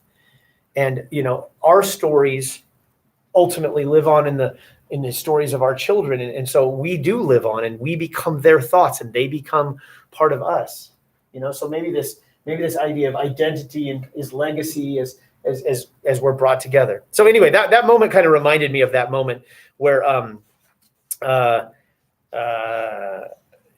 Howard and his father sort of have the same thought. Anyway, my point was on page 150 at the bottom. Tell me what you notice here. What are some great word choices you would choose to write about this? I decided to find my father in the woods, bottom of 150. When I walked through the woods, I wore my father's old boots. They were too large. I had to put on 3 pairs of socks to make them snug. By the way, today's socks are, look at these. Look at that. Polka dots. See, they're Poe, Edgar Allan Poe. They're polka dots.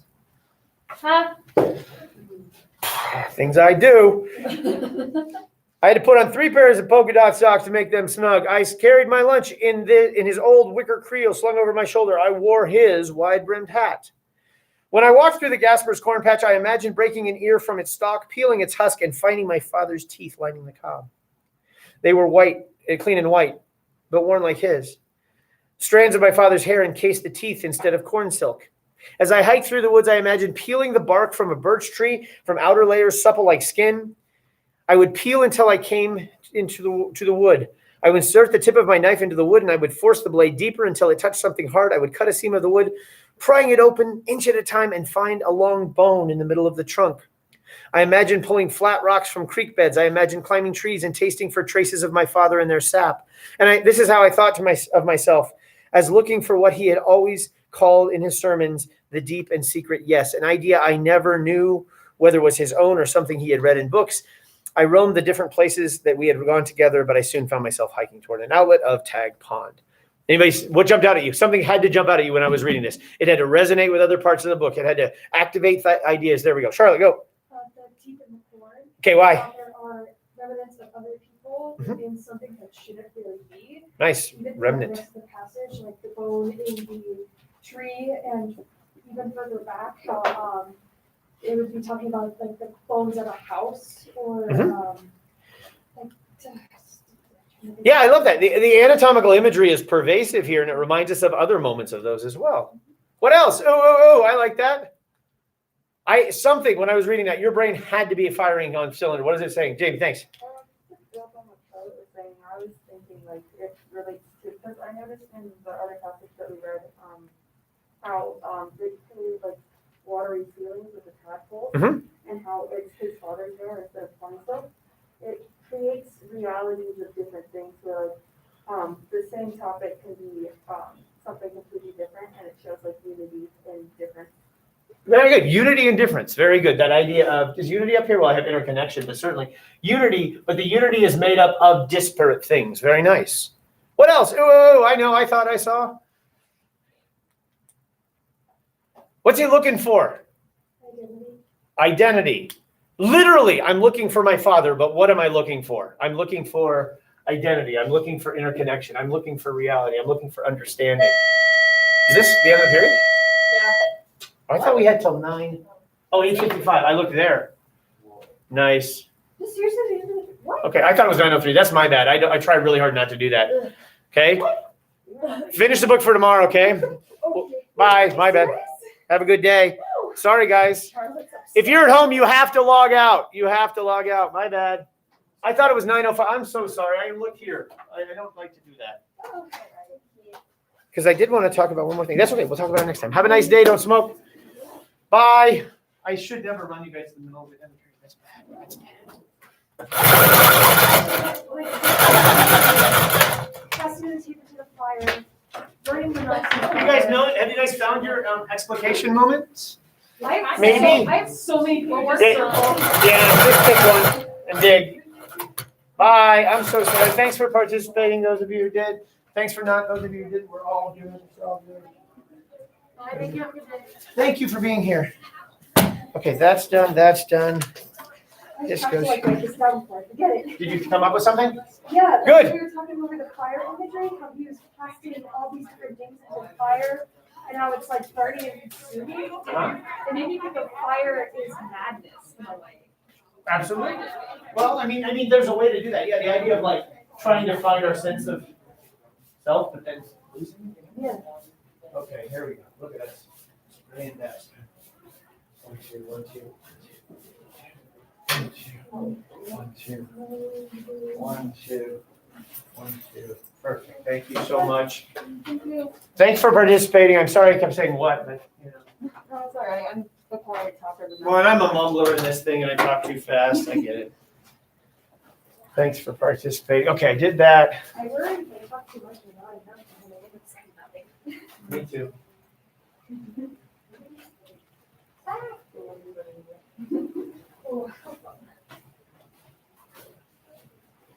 Okay, so I've got that. Where's my attendance sheet? My attendance sheet is. Thank you guys. Have a nice day mostly.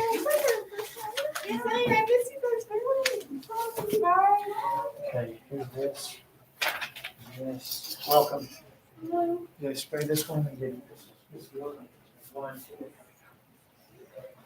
Hello, welcome. The desks are wet, so just got to put up with it for 5 minutes. If you're at home, great. If you're not at home, great. No, it was super easy. It's not easy.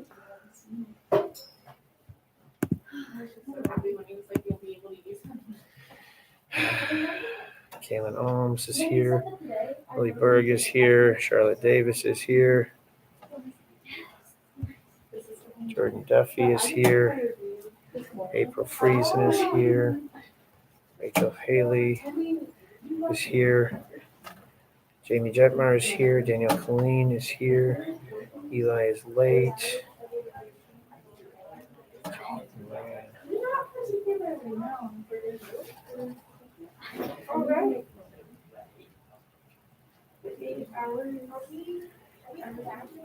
Yeah, the 7th. And then I just work one of those.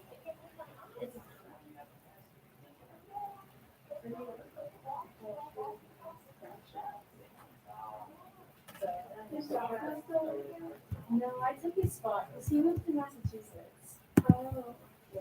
He went to college in Italy. So he got me the application. I wish he still lived there, because I'm the only person in high school, so it's nice to join. Yeah.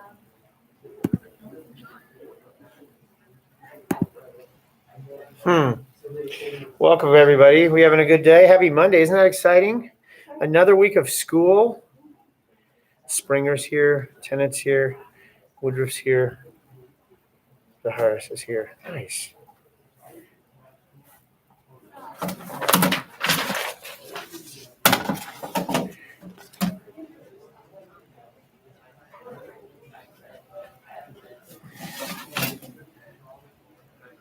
Okay. Sweet.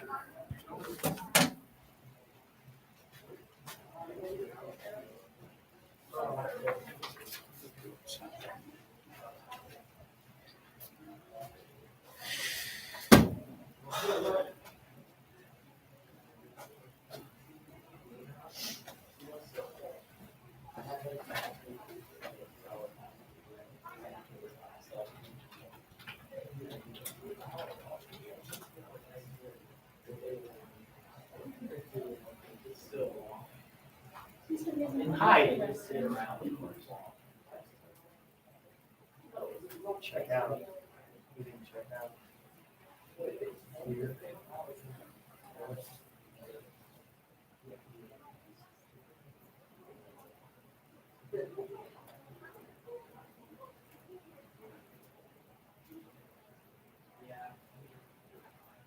3, 1.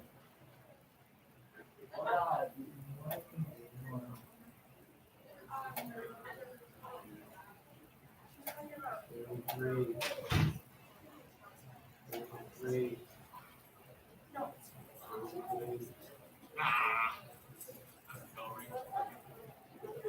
Okay.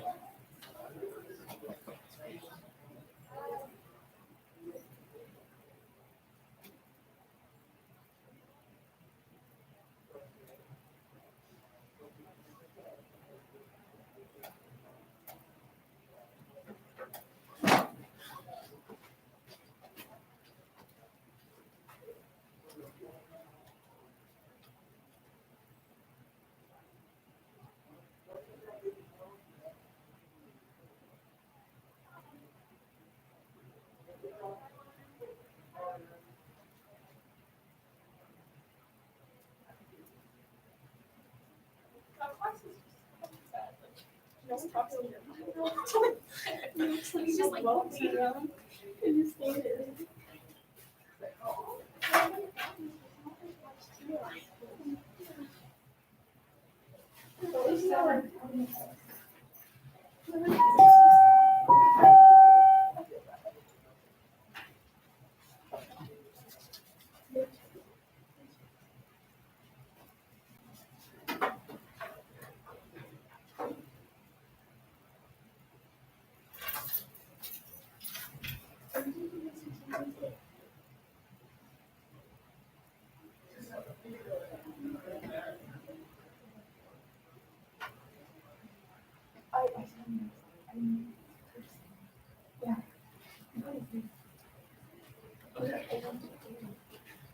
How are we doing? Let's see. I got those.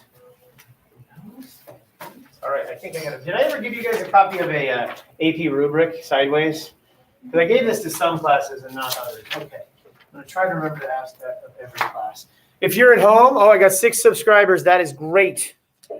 Everybody's here. That's super good. So let's see. Oh, I'm so bad at names. I'm going to figure this out. Okay. I got that one is here. I should have more people than this. Welcome. Thanks for coming, you guys. Thanks for making English a part of your day. My name is Mr. Friesen. I'll be your teacher today. If you guys are here, if you could check in on the machine as well, that's really, really helpful for me. I know it's annoying because I know you're here, but that's what it is. Hi, welcome. Miss Kaiser is here, and Dilemma is here, and Lennon is here, and she's not here. And you're Sydney, right? And Sydney is here. Very good. And Eve, right? Okay. And I don't know if Jaden's ever here. I don't remember if she's a remote person or not. I should probably. She's on quarantine. Oh, yeah, she's on quarantine. That's right. So she's here, quarantine. Gotcha, Jaden. If you're watching, thank you so much. Like and survive. I see Alex. I see Sarah. I see Zach. All of you there. Good. Okay, yay. All right. So if you guys are here, welcome. Thanks for coming. If you're online, welcome. Thanks for coming. Is this who's normally here? Is it always all girls? Yeah. Oh, girls. Oh, boy. Oh, boy. I watched that RBG documentary last night. I don't understand why we don't have why the issues of gender inequality exist. I've never understood it because my class is full of all the smart people and they're all women, and I don't understand the world we live in being such a. This must be just a strange, bizarro world island that I live in, because I'm just thoroughly amazed and impressed by you guys, and I just don't. I'm amazed at the battles that have been fought and are still having to be fought. Welcome, thanks for coming. My name is Mr. Friesen. I've got a poem to start off today. Boom! It is called "Why I Am Not a Painter." Hi, everybody at home. "Why I Am Not a Painter" by Frank O'Hara. And it goes just like this. I am not a painter. I am a poet. Why? I think I would rather be a painter, but I am not.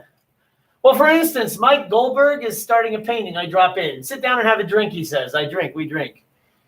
I look up. You have sardines in it. Yes, it needed something there. Oh. I go and the days go by and I drop in again. The painting is going on and I go and the days go by. I drop in. The painting is finished. Where's sardines? All this left is just letters. It was too much, Mike says. But me, one day I'm thinking of the color orange. I write a line about orange. Pretty soon it is a whole page of words, not lines. Then another page. There should be so much more, not of orange, of words, of how terrible orange is in life. Days go by. It is even in prose. I am a real poet. My poem is finished and I haven't mentioned orange yet. It's 12 poems. I call it Oranges. And one day in a gallery, I see Mike's painting called Sardines. And you guys say, 1, 2, 3, 4, 5, 6. 1, 2, 3, 4, 5, 6. I got everybody marked here. 1, 2, 3, 4, 5, 6. Welcome. Thanks for coming. Today, what we're going to do is the following. I'm going to say, welcome, read a poem. Check. I'm going to talk to you about the agenda. Then I want to talk to you about a tentative plan for the next 2 weeks, which is weird, which is step 4. Then we're going to do step 3, which is I'm going to hand you this piece of paper, which is the Tinker's essay assignment. And then we're going to talk about Tinkers. We're going to talk about chapter 3, get chapter 3 buttoned up, and then we'll do chapter 4 tomorrow. If you're at home, when you're here, we'll do tomorrow. Chapter 4, you guys will do it on the computer. And then your homework. And your homework is basically finish the book and work on your papers. That's all it is. Pretty simple. Okay? So here we go. Skip this one, go to this one. Here's how I think time works. I'm not sure. This has been really hard for me for a lot of reasons, but one of which is I have to think in these incredibly different structures of school. So this week, you're in school as seniors, Monday, Tuesday. You're coming to school Wednesday to take the SAT. By the way, I talked to Mr. Lentini at length. You guys need to be on your Google Classroom for seminar. There's a bunch of stuff you need to do on seminar having to do with Naviance and getting things set up. Because if you want people to write you college recs, or if you want to go to college, that stuff has to be done in there. Usually the counselors come into English classes and talk to you about this, but they put it all on Google Classroom. So if what I'm saying to you is something you've done, yay. If you've yet to go on Google Classroom, Naviance, you should be doing that like today. Figure out what's going on. When you're in the building, go stop by your counselor and just make sure you're on track because it is confusing. Anyway, so this week, you guys are at home today and here tomorrow. You guys are here today and home tomorrow. We're going to finish Tinkers. That's all we're going to do, chapter 3 and 4. Then you come to SAT on Wednesday, whatever. We have no remote day on Friday. Last class remote day, I asked you guys to watch a little video of me talking about in-class essays. I actually printed out the thing that I had online. So if you want it, here it is. This is just talking about in-class essays. If you're at home, I'll give you this tomorrow. If you never are here, then you'll have to print it out yourself. All this is in-class essay tips, which I normally would go over with you, but I think I already did on a computer screen. So it kind of feels weird not to talk to you about this, but I think I already did. So here's my thought. I will give you 1 week from today. So next week, 1 week from today, if you are sitting in this room, I will give you an in-class essay. If you're at home, you'll not do that. And then when you're here on Tuesday, I'll give you an in-class essay. If you're never here, okay, I'll tell you what you're going to do for your in-class essay. But you're actually going to write about Tinkers in the building for 40 minutes.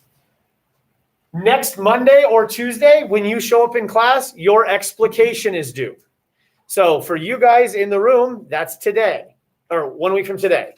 If you're at home, 1 week from tomorrow, your explication is due, which means you're handing me a document that is that looks like this, where you've typed up the little passage and then you've written 4 pages about it. How many of you know your passage? Maybe, who knows? We'll see. That's next week. Then the way I have this is the classes are flippable. For the first time ever, I'm going to do the exact same thing on Monday and on Tuesday. So if the day you're in class, you'll come in, you'll hand me a paper, and you will write on Tinkers for 40 minutes. And I'll give you a prompt. It might say something like, many works of literature use a country setting to develop the ideas in the book. Choose a novel in which a country setting plays a major role. And discuss how is the most important word in AP English, how the country setting illuminates the meaning of the work as a whole. So how does the country setting get to larger ideas in Tinkers? And you're like, well, let me think about the country setting. And let me think about Tag Pond in chapter 3.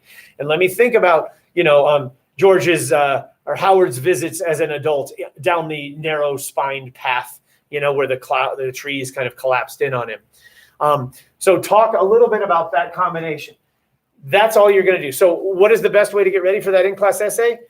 To know the book. Also, if you've been writing your other papers, you're going to be digging into the book and you're going to be remembering early parts of the book and you're going to be having examples. On 1 week, so when you're in class next week, you're going to take the in-class essay, hand me an explication, and then I'm going to talk to you a little bit about the Iliad. When you're at home the other day, that's all you're doing. You're going to log in at the beginning of the period. I'm going to say hi, and I'm going to say goodbye, home people. And the home people are going to go away, and they're going to watch a video of me talking to you about the Iliad, giving you some background information. Okay, the Iliad is one of 9 epics about the Trojan War, and the Iliad is the second epic. So we have to talk about what happened in the first epic, which has been lost to time, and to get you ready for the second epic, okay?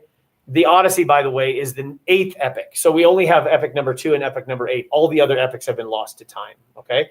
So that's what I'm going to do on Tuesday. I'm going to tell you how we got to the Iliad, or on Monday, depending on what you are. Then next week, we have a normal week where you're going to go blue, blue, then silver, silver, and then you got Friday. So then Friday is a remote day. And on Friday, that remote day, I'm going to tell you some more about the Iliad, and you have to have your imagery paper done by next Friday. Okay, and that's the imagery paper is the one where you're choosing an image and you're saying, hey, I'm going to discuss how Harding uses imagery of insects to develop the idea of, I don't know, return. Like, okay. So next week, 3 Tinker's papers, one of which you have, but I would recommend that you're working on both of those papers between now and next Monday, because the more you work on your imagery paper before Monday, the more thoughts you'll have for your in-class essay. So I know it feels like a lot, but really, that's 7 days away and 12 days away. And there's nothing else we're doing. So my class, and you can make those nights awful by doing it all the night before, but if you spread it out a little bit, it's really not that bad in my opinion. Unless you take 11 hours per paper. You should time yourself. I should ask you when you come back, how many hours it took you to write your in-class, well, it'll take you 40 minutes to write your in-class essay. How many hours will it take you to write that imagery paper? And for some of you, it'll be 3, and some of you, it'll be, what? 15?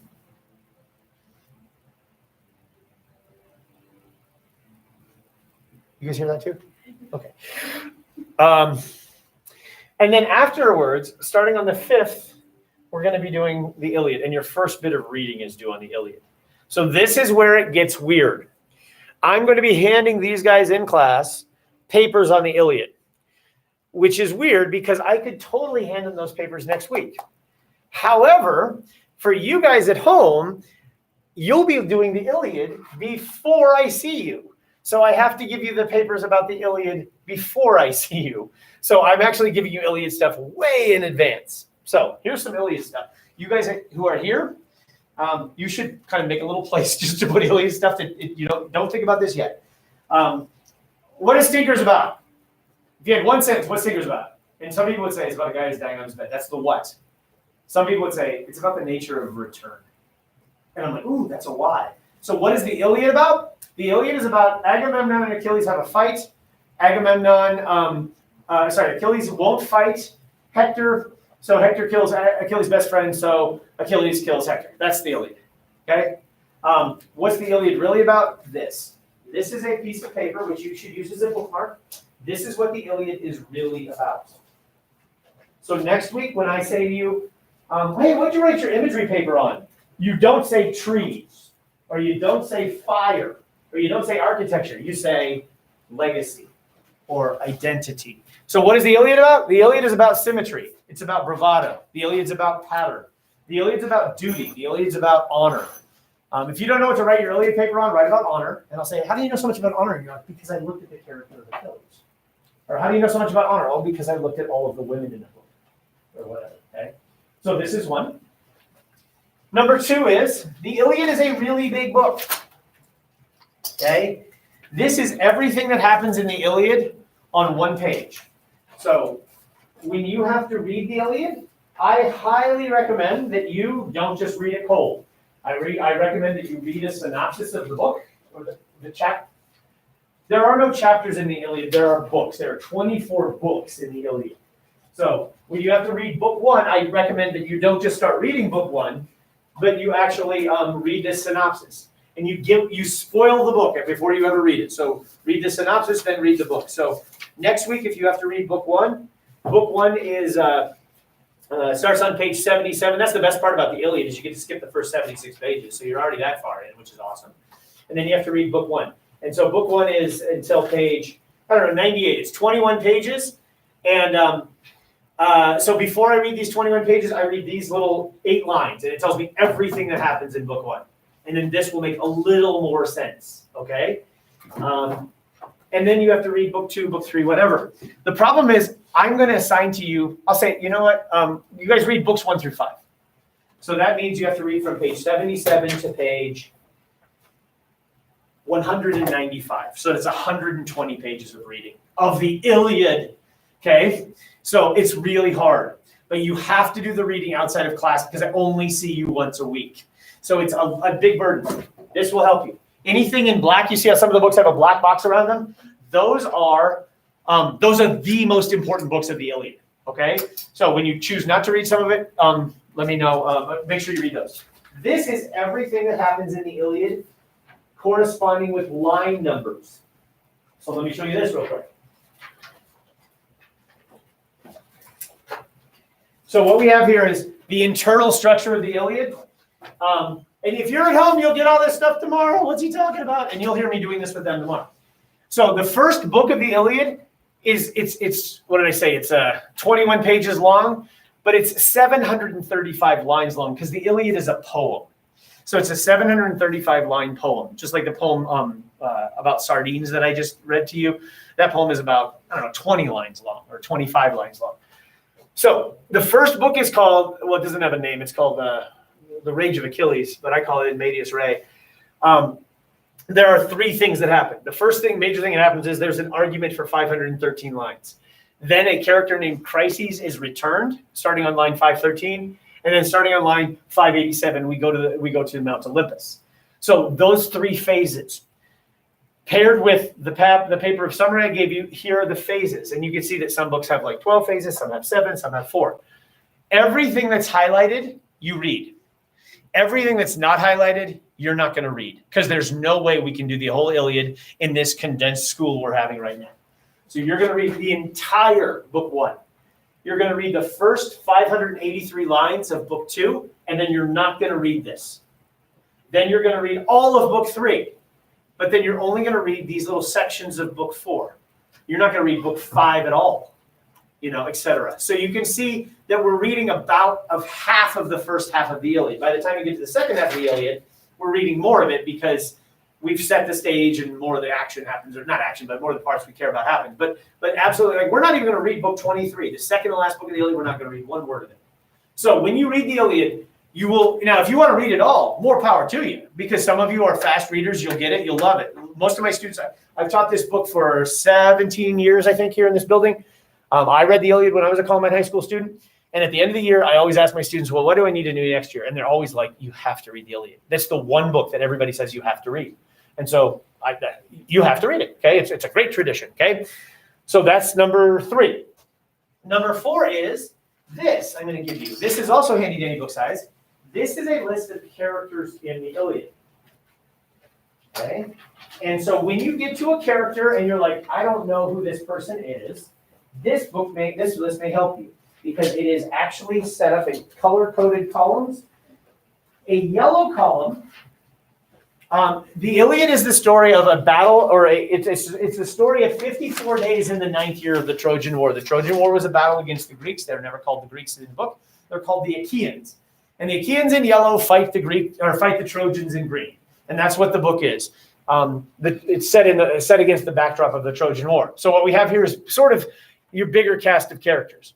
So if they're in yellow, they're fighting on the side of the Greeks. If they're in green, they're fighting on the side of the Trojans. If they're in the left-hand column, they're never going to die. If they're in the right-hand column of anything, they're totally going to die because they're mortal. If their names are italicized and red, they're a female character. If they're in blue and not italicized, they are a male character. If they're in the middle, they can't be classified on one team or the other. And then what's next to them is what book they appear in for the first time. So the first time we meet the character of Achilles, for example, Achilles is a yellow, he's a mortal, and we meet him in book 1. And the first time we meet, another character like the last one in the bottom right-hand corner, we meet the character Agenor in book 21, and he's a Trojan. If their name is on this paper, you kind of want to pay attention to them because they're a major character in the book. Okay? Real quick, let's name characters in Tinkers. Go. Howard, good. George. And then it falls off pretty quick, right? But who else should we keep in mind if we're reading Tinkers? Kathleen. She's in there quite a bit. Or Megan. Megan shows up in chapter 3. No, chapter 4. Charlie. Now this is where you kind of on your in-class essay start to tap into things. I think we should be able to name 20 characters in Tinkers. Joe. Margie or Marjorie. That's 7.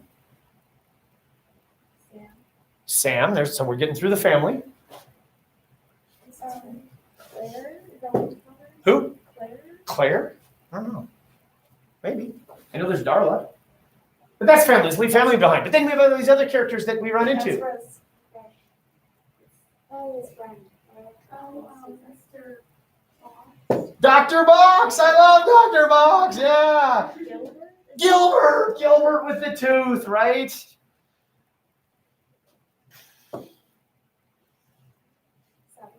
Old Sabatus and Old Red, maybe. You know? Yeah. And Ray Morrell, his friend. We could even name the dog, you know? Buddy the dog and Russell the cat and Prince George the horse. Oh, we're so close.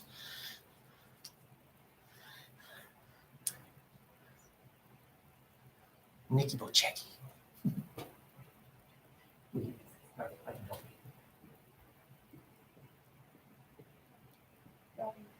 What? Davenport, not really. Ah, Reverend Tanner Davenport. Yay, 20. Okay, here's the Iliad. This is why you like that little half sheet I just gave you. All these stories happen in the Iliad. The Iliad is really lovely. It's such a good book. It's a poem. I'll tell you this later, but 1/3 of this repeats because poetry repeats. So it's actually 1/3 of it when you're reading, you're like, I've read this before. Yep. Because big chunks of this book repeat because it was an oral poem. But then you get kind of near the end and you get to these notes on the translation, which is kind of whatever. And then you get suggestions for further reading. And then you have this thing called the pronunciation glossary, which is mostly characters. So for example, here is like a character named Abas, and he's the son of a Trojan, and he appears in book 5, line 165. He's the son of a Trojan prophet, and he's killed by Diomedes in book 5. Okay? And we also have a character like Ablerus, and he's killed by Antilochus in book 6, line 37. Okay? So we got to 20 in Tinkers. Ready? Here are characters in the Iliad. Ready?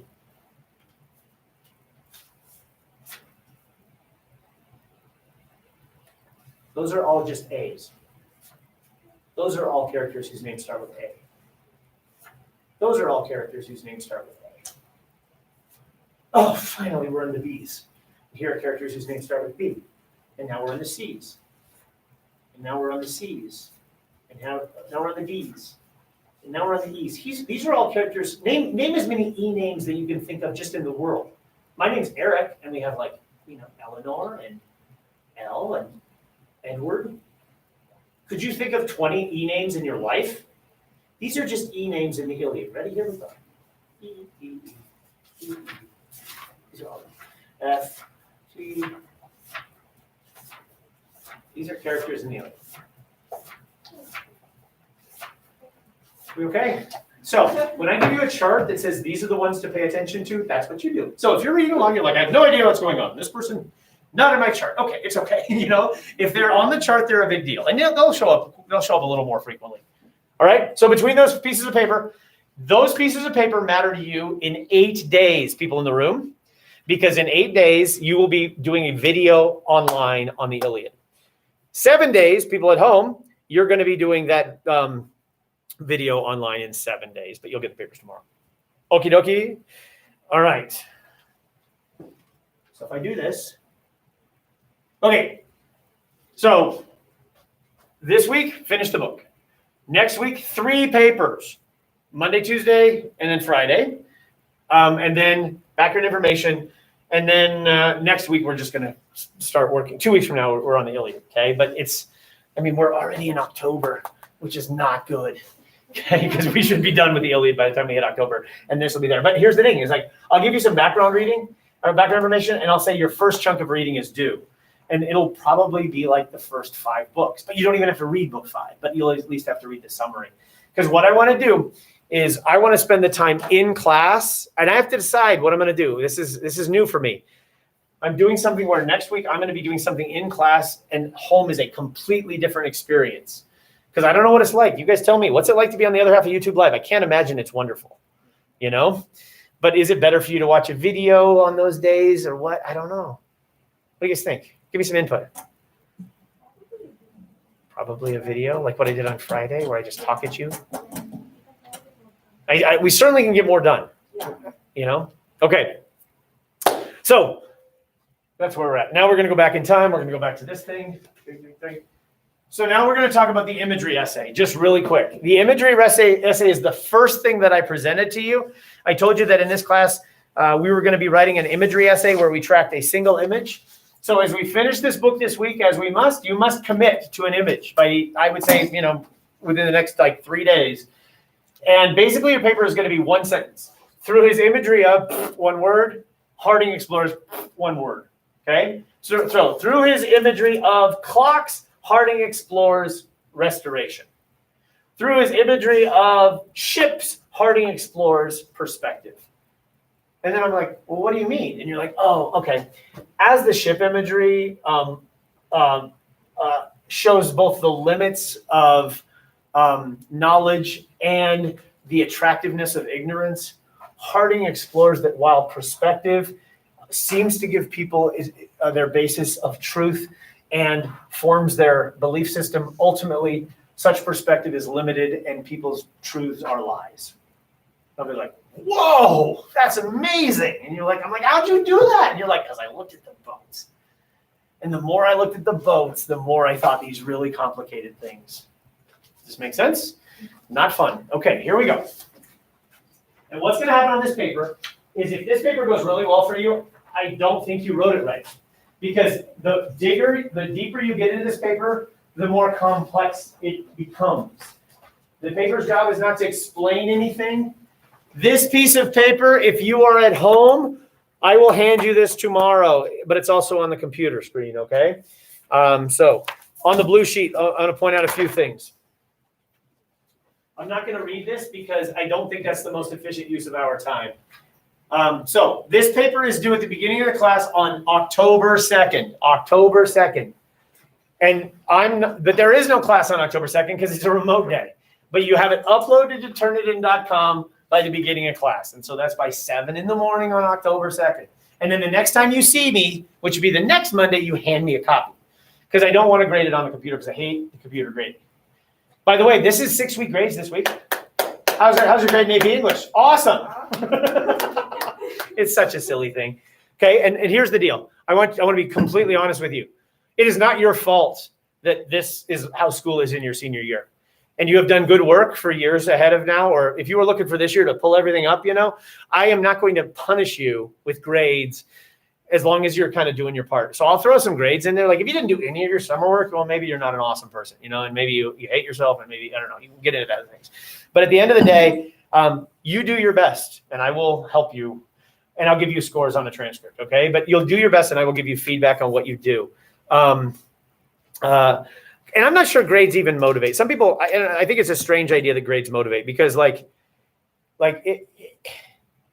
shouldn't you just always try your best? Like if you turn in a paper, you're not saying, well, I did a C effort and I could have done an A effort, but I just didn't want to. And, so I think you should always try to turn in what you think is the best. And it is what it is, So don't worry about grades. Anyway, so in a well-developed and organized essay, analyze how is the most important word in AP English, period.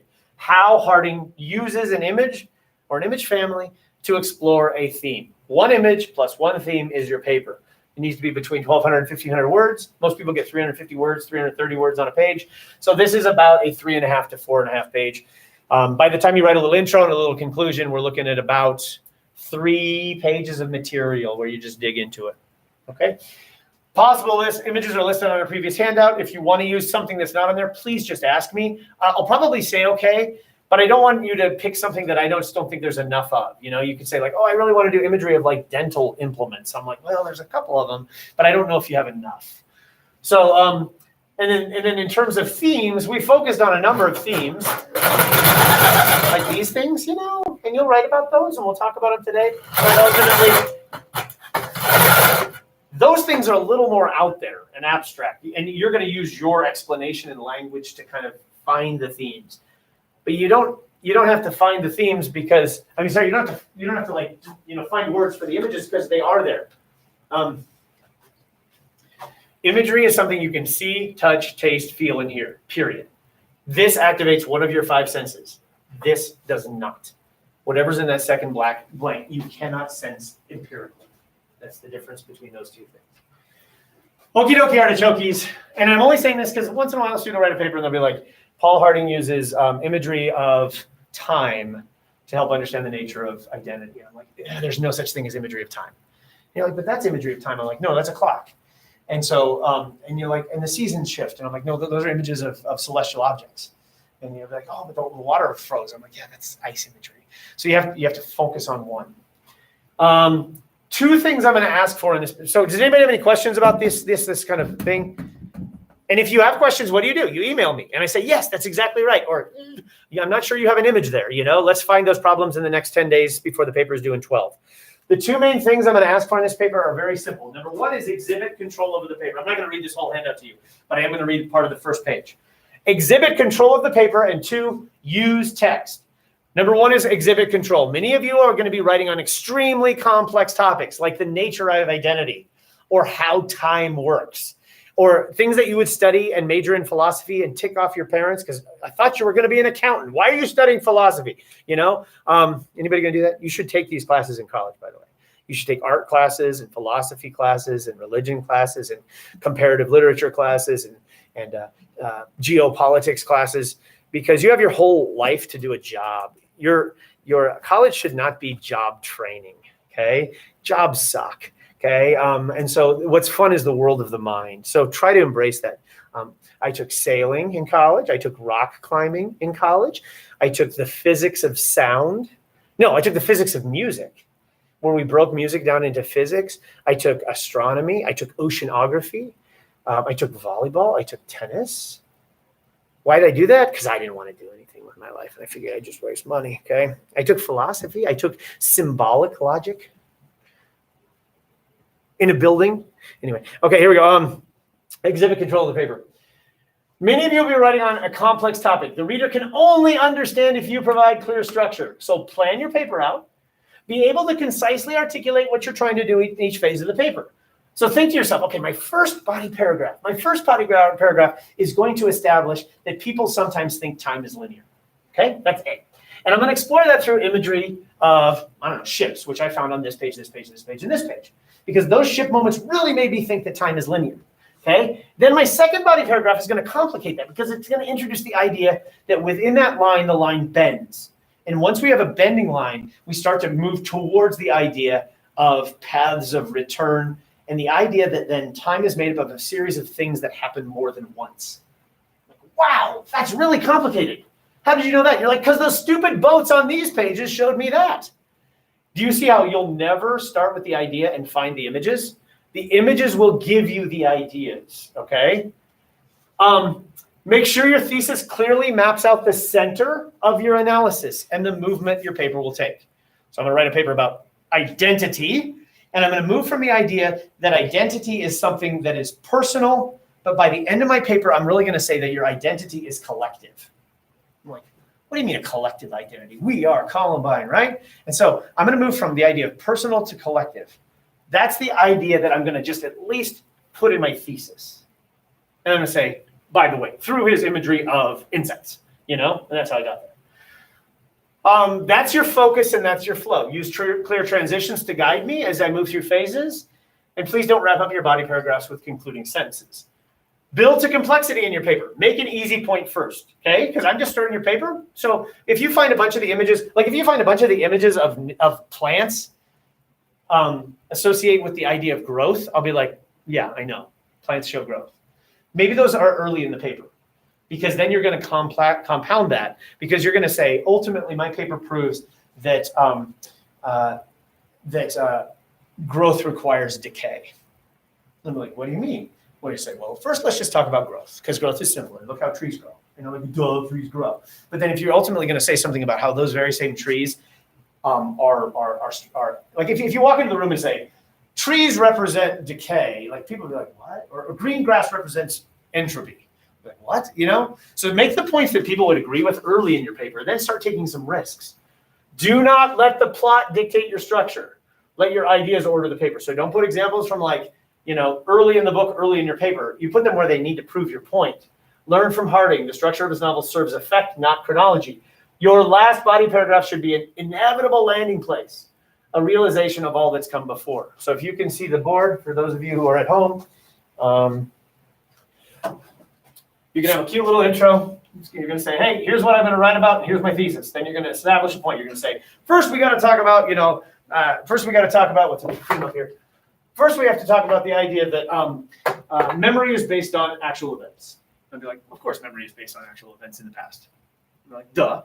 And then you're going to tell me how all of the images of clocks showed that or something. And then you're going to move to your next point, and then you're going to move to your next point. And by the time we get to this third paragraph, you're leaving. This is the paragraph you want to write. This is your paper, and you have to get me there. Do not start with the thing you want to write, because then what will happen is your paper will fizzle out. I don't know if you've ever written a paper where you start writing, you feel pretty, you're like, where do I go from here? You don't write from your point, you write to your point. So you arrive at what you wanted to say.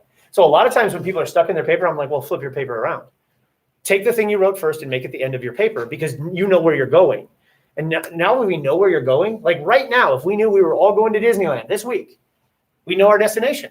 Now we just have to say, oh, do you know where you're starting? Well, I'm starting here. Okay, well, how do we get there? I don't know. Maybe we'll go through Utah. Maybe we'll go through Arizona. Doesn't matter, as long as you know where you're going. So this paragraph is your favorite paragraph. This is the one that made you want to, there was that image that you saw, that image of fire that you're like, oh, that image is amazing, because it said something about the nature of, I don't know, symmetry. And you're like, oh my God, fire shows that we live in a patterned universe. That goes here. Pattern. If you're ending here, what's the opposite of pattern? Of course, chaos maybe. So maybe we saw that the fire first shows that the nature of the universe is chaotic. Could you find moments in the book full of fire? Hey, right now, fire book. Fire moments in Tinkers, go. Where have we had fire in Tinkers?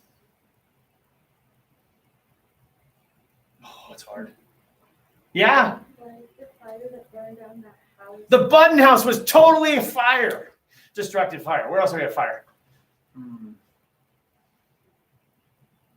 A little bit when Howard overheats the house. Howard overstokes the fire at the end of chapter 1. Yep. At the first time he comes home from that seizure. Where else do we have fires? Burning the mouse. And which leads to my next point, which is we have George recited his life on that tape, and he threw it in the fire. We have the fire that surrounded Gilbert's head, which was the circumcryptid, as he had this aura of light that surrounded his head. I mean, some of the fires are real and some of them are fake.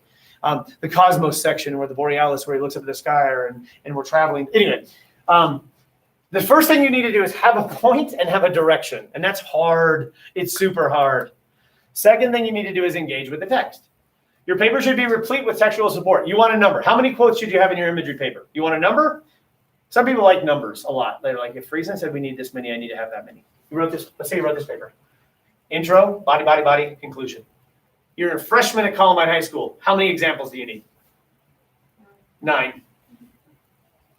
3, 3, 3. 3 times 3, perfect unity. That's 9. That's for a basic paper. So I would say greater than or equal to 9. Unless you have 9 insect moments, I cannot see how you're building a paper about insect imagery creating meaning, unless you can at least find me 9 insects. What's a better number than 9? I don't know. Maybe you have a quick quote in the intro that kind of gets me wanting to read your paper. Maybe you found some in this paragraph that wove together from a number of pages. Maybe you actually don't write 3-body paragraphs. Maybe you write 4-body paragraphs, because this was kind of this weird transitional paragraph that moved me between phases. So now all of a sudden I have 1 and 4 and 3 and 5 and 6 and maybe 1 even at the end. So now that's 7, 10, 15. That's 20 quotes. Did I just say you need 20 examples? Nope. You need some. I would think teens, early teens maybe, for a paper that's supposed to be this long. When I flip to a page, a random page of writing in your thing, if this is a 3.5 or 4-page paper, every time I flip the page, I should probably be able to see at least 3 to 4 on a page. Because if I only see 1 quote on this whole page, this is all just you yammering. You need to base your yammering on Harding's yammering. Okay. Every quotation should have an image. To this end, you need to excavate the text. I'm going to come to this later. You'll need to mine for imagery. So pretend the book is a pile of stones that you're in a quarry that you're digging through, and you're like, oh, there's a leaf. Oh, there's a root. Oh, there's a idea of bark. Okay, good. I'm finding a lot of trees. So you need to excavate that. Hopefully, you're doing that as you read. Okay. You mine the text. You collect imagery. But unfortunately, I'm going to require you to collect it on your own paper. I'm going to talk about that in a second. Gather the imagery, then draw the conclusions. Do not flip this process. It's backwards. I think a lot of you are taught to write incorrectly when you're little kids because they tell you, hey, write your thesis, okay, make your outline, and then go get the quotes. And I think that's completely backwards. I think you get the quotes and they give you your outline. In your paper, when providing a reference from the text to support a point, spend time with it. Okay, don't just say there is a bird on this page and then move on. Start spending time with it. We're going to look at that today, how to do that. Do not simply present the example, rather delve into syntax, tone, diction, blah, blah, blah. I'm on the second page of the handout right now. Hopefully at home you can see that. That'd be cool if you could. Look at the words around the image of the quoted material. Okay, so I'm almost done reading to you. One specific requirement for this paper is you must have 3 oxymorons in this paper. Not from the book, that you make up. What is an oxymoron? It is 2 words smashed together that are oppositional and create a tension. So if we say that I found my child going off to college to be bittersweet, okay? Those 2 words are smashed together to try to show the complexity of that moment. If at some point we say, I love my dog, this is Coda, see how sweet Coda is? Coda, and we used to hike 14ers with her, and I went and I paid someone to kill her. And you're like, whoa, your eyebrows do that? And I'm like, well, that was a mercy killing. And the phrase mercy killing, because I loved my dog so much I had to kill her. You know, that phrase mercy killing is an oxymoron. So generally oxymorons are adjectives or adverbs followed by nouns or verbs. So in this book, we can talk about the constancy of change, right? The change is always happening. That's an oxymoron because those words mean different things, constant and change. This book is full of the absent presence. This book is full of we're going to talk tomorrow a lot about the familiar stranger. The familiar stranger has run through this entire book. There's a character in this book that I call the familiar stranger because we know this person who we do not know. The ignorant knowledge, the forgotten memory. You see how the words forgotten and memory is an oxymoron? Those are all my words, but those are things that Harding does. If you look at themes in a moment in the book, we'll be able to find opposites with there. And then when you smash the opposites, and that's how you guys get to the sophistication point on this rubric. Is you embrace tensions, you know? And so we don't just say, this is a book about time in which there is loss. That's so one-dimensional. But the idea, if we can find our losses or we can remember if we can, well, like I said, forget our memories. Okay, and then the last thing I want to talk about on the sheet that I'm going to read through is called excavating the text. As stated earlier, you need to excavate for this essay. And what do I mean by excavation? I mean you need to collect all, which is in parentheses because you could never collect them all the evidence, the images you can find. I need you to type or handwrite a list of all of the times you found the image you've selected, a minimum of textual moments, and you'll attach it to the final draft. So for example, this kid is writing a paper and this kid is writing and finding all of these are all plant images. And so this kid has just written a bunch of images that this is on this page, I found this plant, and on this page, I found this plant. And some people type these up. And some people put them in a little Google chart, and some people just write them on the page. In your book, in theory, you've been circling them, right? But now we go from the circling of the whole book to the pulling them out. So the question is, how many do you need? If you have the most basic essay in the world, you will have to have a minimum of 9 quotations, but you might have somewhere around 17 or something. I don't know what you'll have. In order to have 17, or let's just do easy. In order to have 9 really good anatomic imagery, veins and bones and spines and skulls and blood, all these things that are anatomical imagery. In order to have 9 that are really good that prove your point, how many do you have to find that aren't as good that you're not going to use? And this is one of the frustrating parts of good work, is you will throw away more than you keep, you know? And so there are 2 ways to build a horse sculpture, in my opinion. One is to say, oh, Friesen said I need 9 things to make this sculpture of a horse. So you grab a handful of clay and you're like, there's one, and here's one, and here's one, and here's one, and here's one, and here's one, and here's one, here's one. And you do it 9 times, and there's your sculpture of a horse made out of clay. Another way is to take an entire block of marble, which is hundreds of things, and take away everything that's not the horse. And that's what I think you should do. If there are 9 rocking good or 17 rocking good celestial object images in your paper, In order to find the good ones, how many should you throw away? When you look for colleges, how many colleges are you going to throw away for the 3, 4 good ones or 10 good ones that you're going to keep? And I don't know. You want a number in there? 40? Could you find 40 moments of ice in this book? Yeah. Could you find 40 moments of clock images? Yeah. Could you find 40 images having to do with houses, architecture, doors, windows, frames, porches? Yeah. And then could you say, you know what? I'm not going to use 31 of those 40. And I'm going to, because these 9 are perfect. So that's what I need to see. I need to see that you spent some time gathering evidence. And it says here on the handout, it says, after you excavate, draw conclusions from your evidence, seek patterns, plan a strategy. Don't decide what you want to write and then go find examples. Let your examples give you your paper. Analysis of textual evidence will lead you to produce coherent, unified essay that explores possible interpretation of the material. When I score AP exams in the summer, we are floored that we will give the students a poem and we'll say, use this poem to make an essay. And some students will never quote once from the poem. We're like, what made you think these thoughts? And the average student will quote from the poem maybe 4 times, maybe 5 times, as opposed to the 40 or 50 you probably should do, because there's so much in there. Everything we think comes from the book. Let the book be in your paper. Okay. Oh, and here's the nice thing. I don't know if I wrote this on here. Did I write this on here? Oh yeah, it's the parenthetical there. It says, if you have really good excavation, so your last page of your essay is this, and you're like, oh my God, look at all these things you found. Look at all the work you did. Oh my God, you found this many plants in Tinkers. I will raise your score 1 point over the otherwise appropriate score. So on your essay, if you get, a 4, well, you got a 5. If you get a 5.5, you get a 6.5, okay? So this is my way of rewarding your process. So on the excavation paper, you color the heck out of one of your copies, you get a free point. I give you free points in my class all the time because I want everybody to have excellent grades. But I want you to do that. I value the work you do to get to the process since there's no homework really. That's kind of your homework point. All right. Comments about that excavation thing? If you're at home and are confused, you ask me when you get here, or just stay.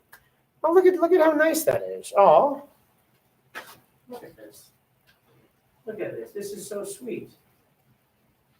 Where are we? Tinkers. Google Classroom. You're here. Tell me what you think about this as I go off on this tangent right now. Today's classwork, today's check-in was, I think the world will be better. Look at that. I think the world will be better in 100 years. 18 people said that. Only 2 people said no. If you're in first hour, though, it must be because those people get up in the morning. Their check-in, they think the world is going to be worse in 100 years. I don't know. Do you think that has to do with having a first hour class? Probably. I think so. All right, I'm not going to read this handout anymore. I'm just going to tell you what's in it. Then I tell you how to structure an essay.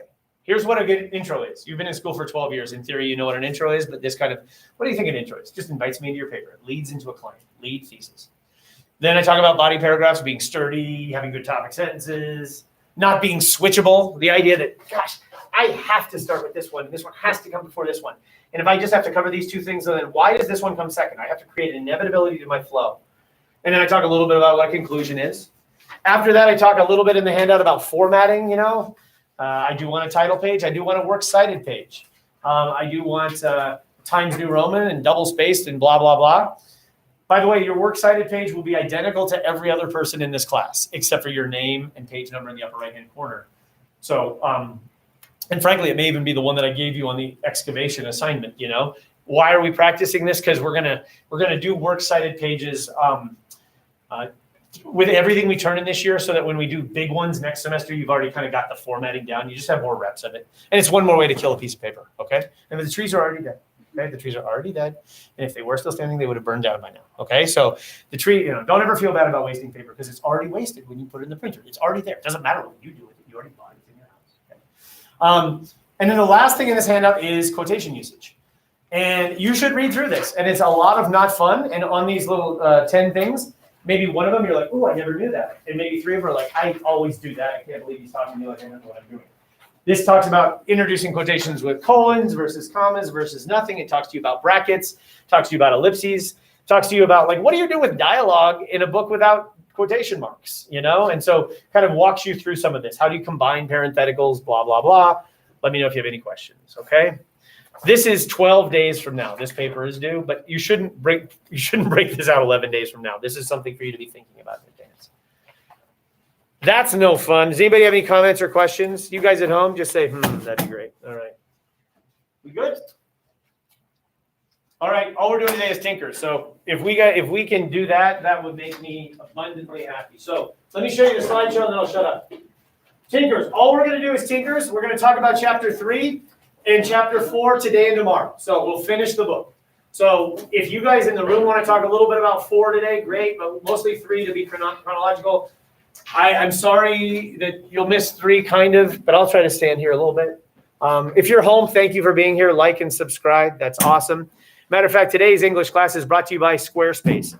Squarespace is an incredible online platform that you can use right from your home. I didn't know anything about building a website, but Squarespace's instant profiles and handy tools and their 24-hour customer service helped me create a website that students found both entertaining and enjoyable.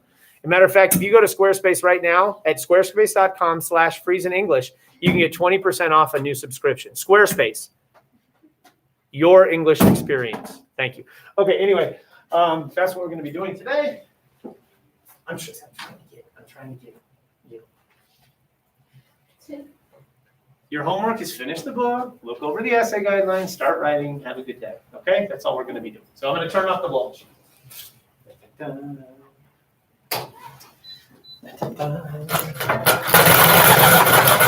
Okay, so what we're going to do is talk about chapter 3. I just wrote these during period 1. You know, these are some of the words that students said in the class as we talked about what Tinkers is about. You know, and when I ask you next week, what'd you write your essay about? Don't say clocks and don't say insects.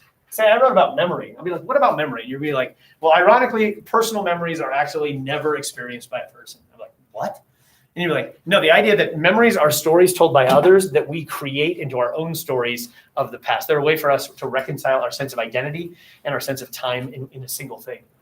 I'm like, what are you talking about? You're like, didn't you look at all of the architecture imagery? I'm like, no, well, I did. And then that's your paper. So your paper is on a blackboard up here, okay? These are all cool. We've talked about all these things, haven't we? Cycles, returns, revolutions, change, decay, perspective, remnants, memory, understanding, time. I don't know. There's more. Okay. Oh, by the way, you're going to write about one of these, but you see how you'll weave them together, you know? And at the end of the day, you'll say, I am writing about identity. But identity, of course, is a product of perhaps constancy or I don't know what it is, loss. I don't know. Okay. So chapter 3, my friends, I want to do more of you talking, since the whole point of having school is you guys are here. If I'm just talking, I can just make videos. I did that all spring. I did Hamlet on a video. I said, here's everything I think about Act 4, Scene 2. Go. And I just talked into a machine. My students sat at home and put me on double speed. Can you imagine me on double speed? All right. We're going to talk about chapter 3. Chapter 3 starts on page 137. It's a short little chapter. It's the shortest. Maybe it's not the shortest one, but it's a short one. And it ends 137 to 166. I'm going to put that up here. 137 to 166. Okay.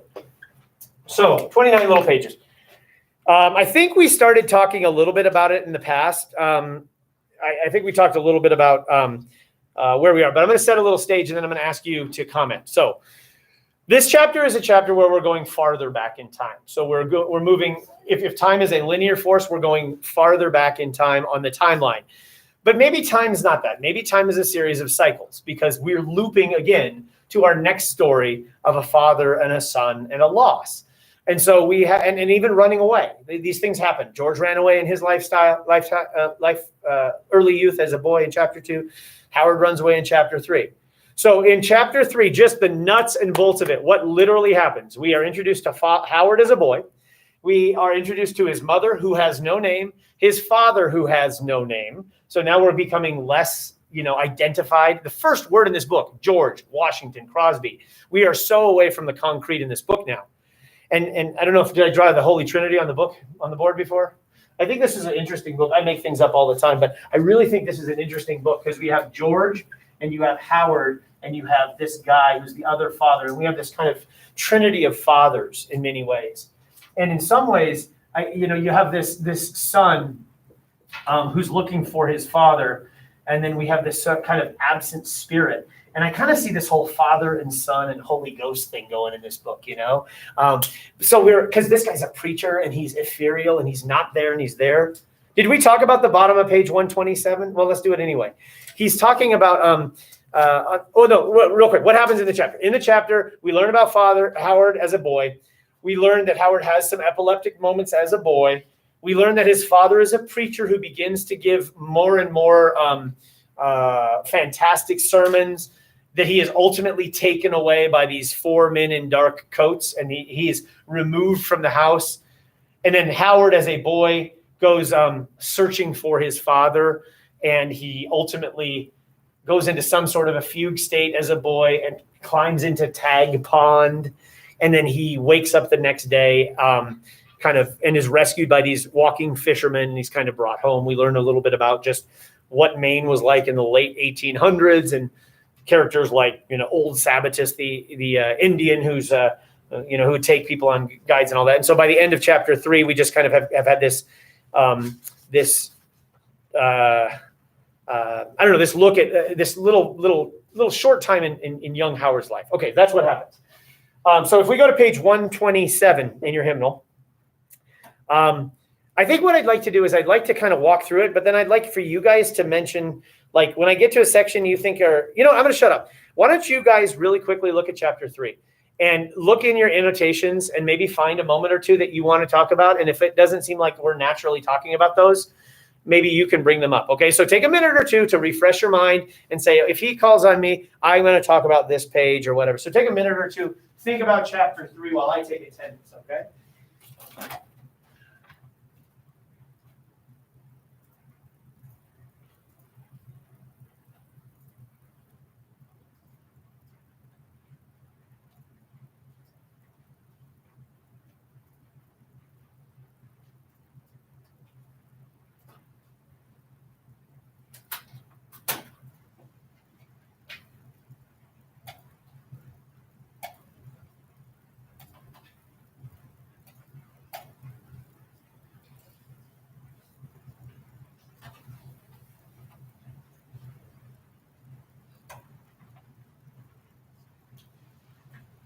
What's a good moment that's worth talking about? Maybe you found your explication moment.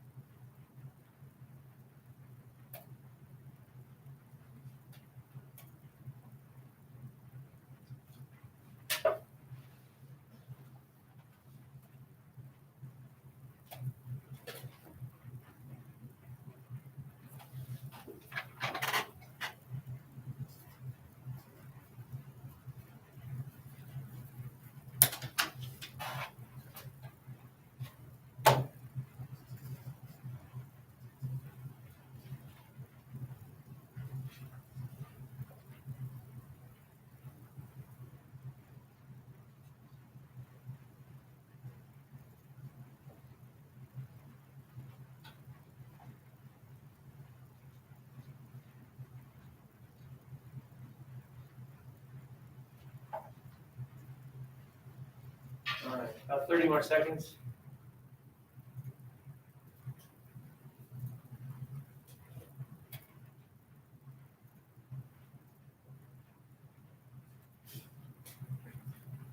Did you ever take a class at online, Virtual Academy, any of those things? You're the auditors, right? I keep getting emails about Jeff Go auditors. They're not nice. All right, here we go. I'll start, and then you do what I do, which is you say, I don't want to talk about a part of the book. I'm like, which part do you want to talk about, Ms. Friesen? I'm like, I want to talk about page 137. And did we do this? I don't know if we did this, but we're still going to do it anyway.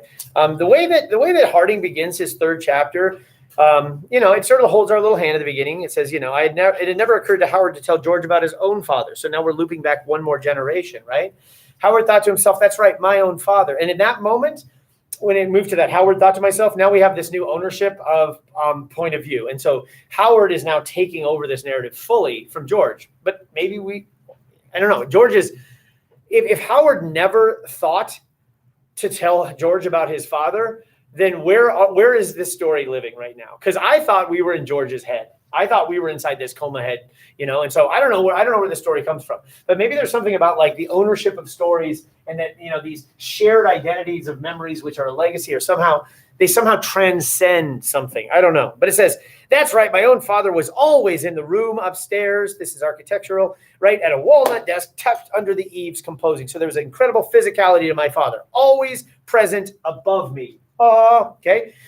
He was even there when we ate dinner and I did my lessons. He'd comment on them sometimes. Sometimes he'd say, what an odd thing. Here I am. How? I am here eating peas and there too, scratching at my sermon. So this idea that our physical place is not does not constrain our identity, that I can be two places at once. But of course, you could be two places at once. Right now, your mind could wander. Right now, George could be in a hospital bed or in his bed in his front parlor, and ultimately his mind could be somewhere else. But the idea that we can be both here and there, which raises the question, if we can be in multiple places, can we be in multiple times? Anyway, we said nothing, but a shiver, cold imagery, would run through me at the thought of rising from the table at my father's left-hand side and passing into a narrow, unadored hallway and up a narrow stairs, very much a physicality of place here and presence, architecture, right? Which were the only way to the second floor, to the study, where I would see my father bent over his work. Here's the part that matters. Sometimes I spent entire dinners imagining myself in a sort of loop where I was continually went between my father at his desk and my father at the dinner table, always baffled in my intentions, top of 138, by his ability to be two places at once and my limitation to be only one. My father was a strange, gentle man. And so I just like this idea of imagining myself in a sort of loop, This is a book about cycles. This is a book about, so if you think Paul Harding's book is about the nature of loops and the nature of cycles, then you would say from that, but here's the kicker. You can't say, I want to write about cycles. And here's the passage. You have to say, because I'm using cold imagery, I can use the shiver line, right? Because I'm using architectural imagery, I can use this passage. So you kind of you're governed by your imagery.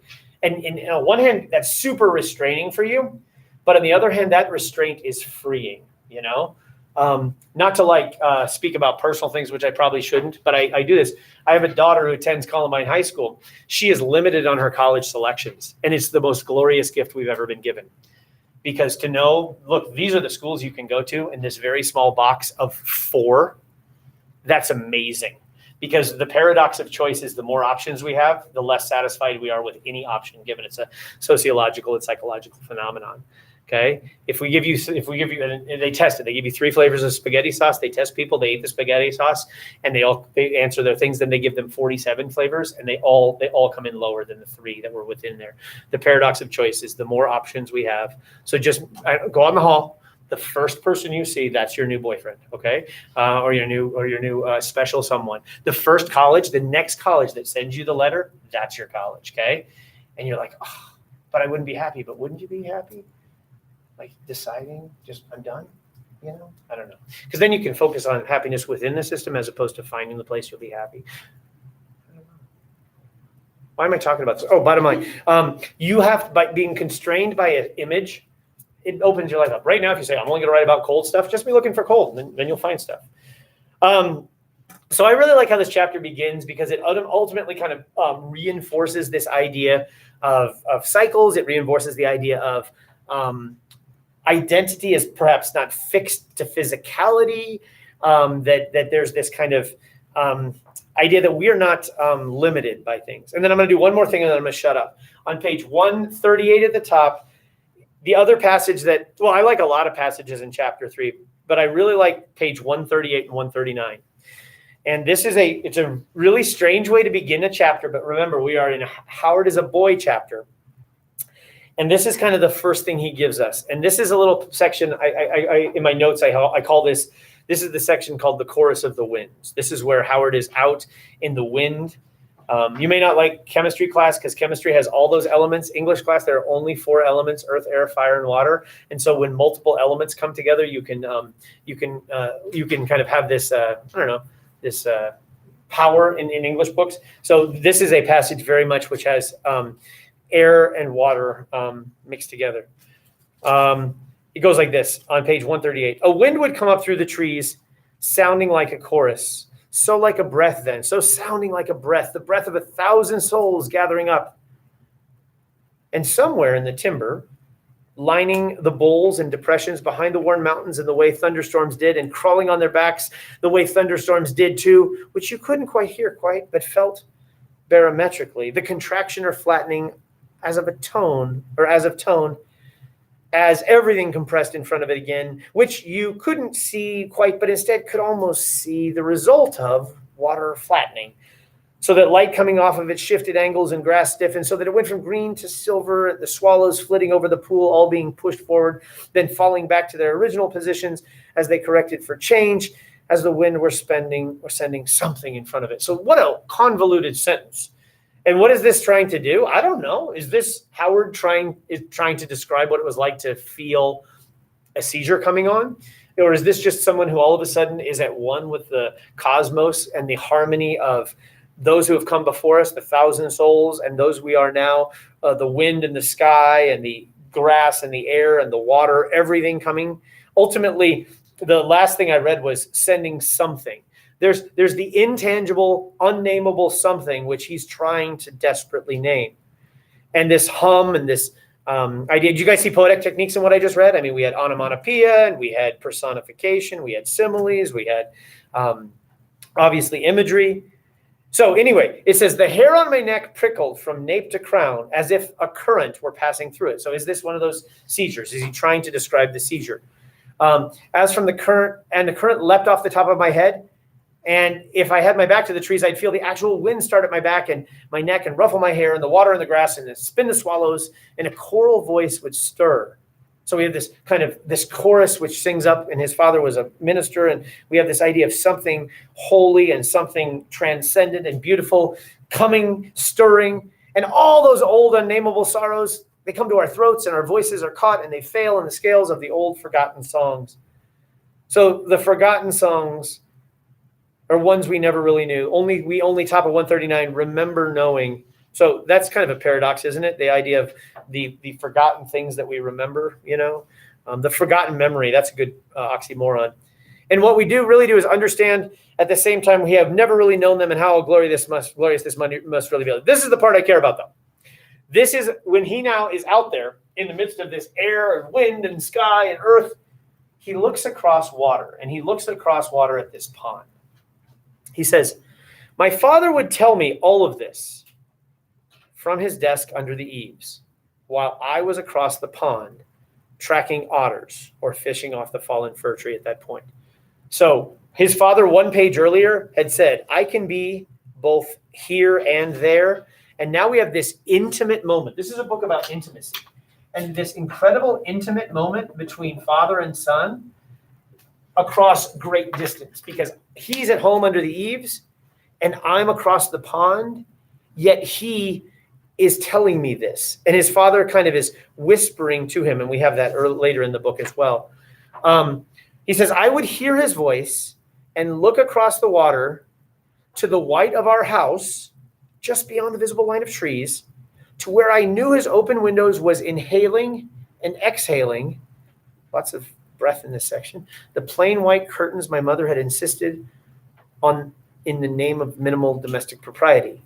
He whispered in my ear, bring string and bottle caps and broken glass, bring candy wrappers and nickels and smooth stones, bring fallen feathers and fingernail parings, and the old songs have shaken our small home to the ground, and we must rebuild. And our house across the pond would flicker and then blink out, disappear, because it had been such a fragile idea in the first place. And then I would look again at the far shore, looking where we would build our home once we cleared the woods and dug the foundations. So I just love this passage about the idea of the intimacy between father and son at a distance. So distant intimacy, that sounds like an oxymoron. I love the idea of the foundation for the house being both the house as it was built, was in the past, because it's gone, but then the foundation being the establishing of the future. How many houses do we have that disappear in this book? Think of them. Here's one. Where's another one? Where's another house that goes away? Yeah, the whole house at the beginning that collapses on George's life. Any other houses go away? Dr. Box's house disappeared. Any other houses go away, right? So we could definitely do something with this. The idea of permanence, and the idea that something that is gone remains, this idea of something that lingers and that intimacy there. I don't know. I think that's, he's absolutely talking about the idea of building and constructing. This is a book about construction as things are deconstructed. So in some ways, if you're writing, and that's why I'm forcing you to write the imagery paper, is because you don't get to write about everything. You just say, well, you know what, I'm going to look at the house here and how there's the eaves and the hall, and then there's the trees, or not the trees, the actual White House with the white curtains, and the idea of the permanence there, but then within the permanence is an ephemeral thing. So I'm going to be kind of really looking at the idea of what's real and what's hidden at the same time. Okay, so that was me talking, and I don't want to do all the talking. So what I want to do is talk about the rest of the chapter. So does anybody have a moment that you'd like to talk about one of the vignettes? We'll talk about it at length. We'll make sure we do a couple of them that I think are essential. But what are the ones that are worth talking about? What do you think? All right, Heather Hunt. So it goes from Which? Middle of 145. 145. Through 146. It's rather large, so I just decided to kind of split it up to where I thought it was important. Okay, so this 145 to 146. Oh, this is This is Howard kind of describing a little bit about his father fading and leaking from the world and leaving. This is where we learn literally that he was a preacher and that his sermons started to become less in tune. So that by the time we get to page 145, is that what you said? 140, yeah, 145-ish. 145-ish to 146, right? Yeah. Okay. So let's start at the top at 145 real quick, just talking about that his father is fading away, falling away, and we became his dream. Okay, so what do you got? Which part?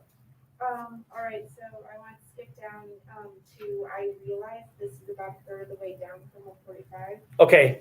I realized that this thought was not my own. Okay, go ahead. So read the part you like. I realized that this thought was not my own, but rather my father's, that even his ideas were leaking out of his formless hands, teeth, gut, thoughts even, were all simply more or less convenient to human circumstance.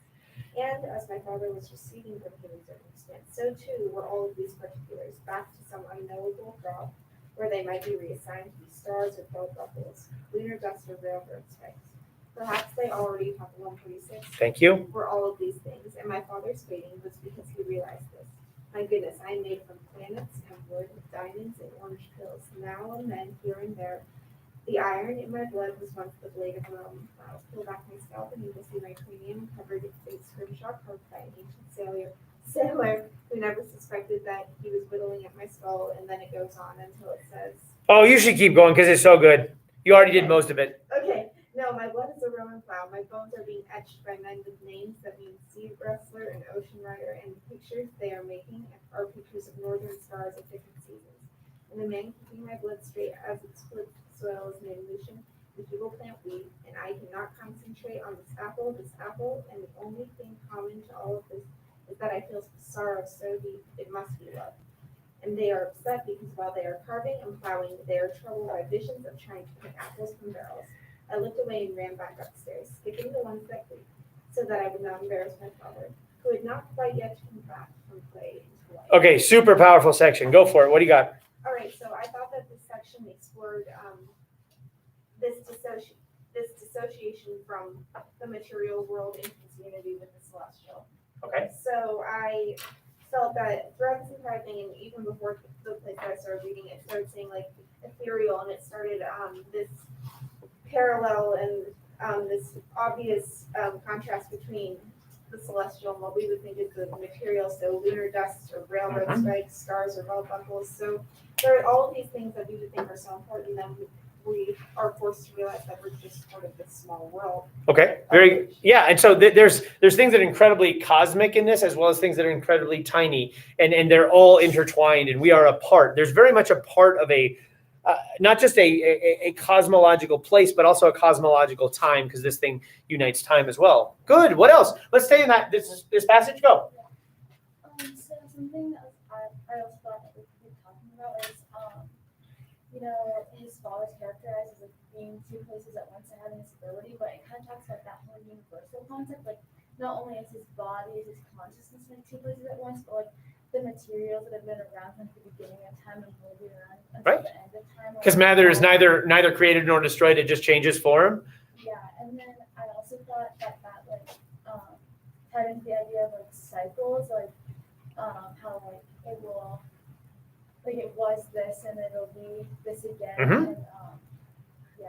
Turn, like the last line, turn back from clay into light. Like, in order to have a turning back, you have to have a turn. In order to have a turn, you have to have a return. You know.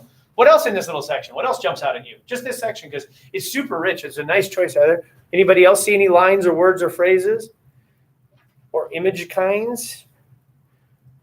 Yeah, what do you got there? Well, I think Lennon. it's interesting that you go, like, that he references the apple thing twice, because he Yeah. talks about how, like, his dad is talking about how can I pick up an apple with my bare teeth and hands, and that's like a big worry within his life and existence right there. Yeah. But then he talks about something that seems like ancient, like the Romans, and they're also Evolution. struggling with the same concept of like what to do with an apple. How to pick Is it up from a that it? That was class? bear. Yeah. Oh my God, I'm such an idiot. I keep looking here. Okay, bye. Bye. That was so good. Okay. Wow. Oh, we have a lot of work to do tomorrow. Oh my gosh.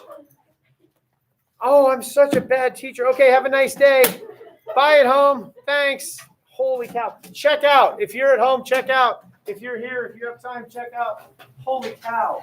I thought we had till 26. Oh my gosh. Hey. I'm listening to Thank you. Imagery and stuff. Yes. So okay, I was already sort of thinking about that, and Yes. so I saw the book I had an idea. Yes. But I was wondering, I might not like need to use all of this because you're talking about like reducing what's like best for your people. Sure. But what I wanted to talk about with my students is like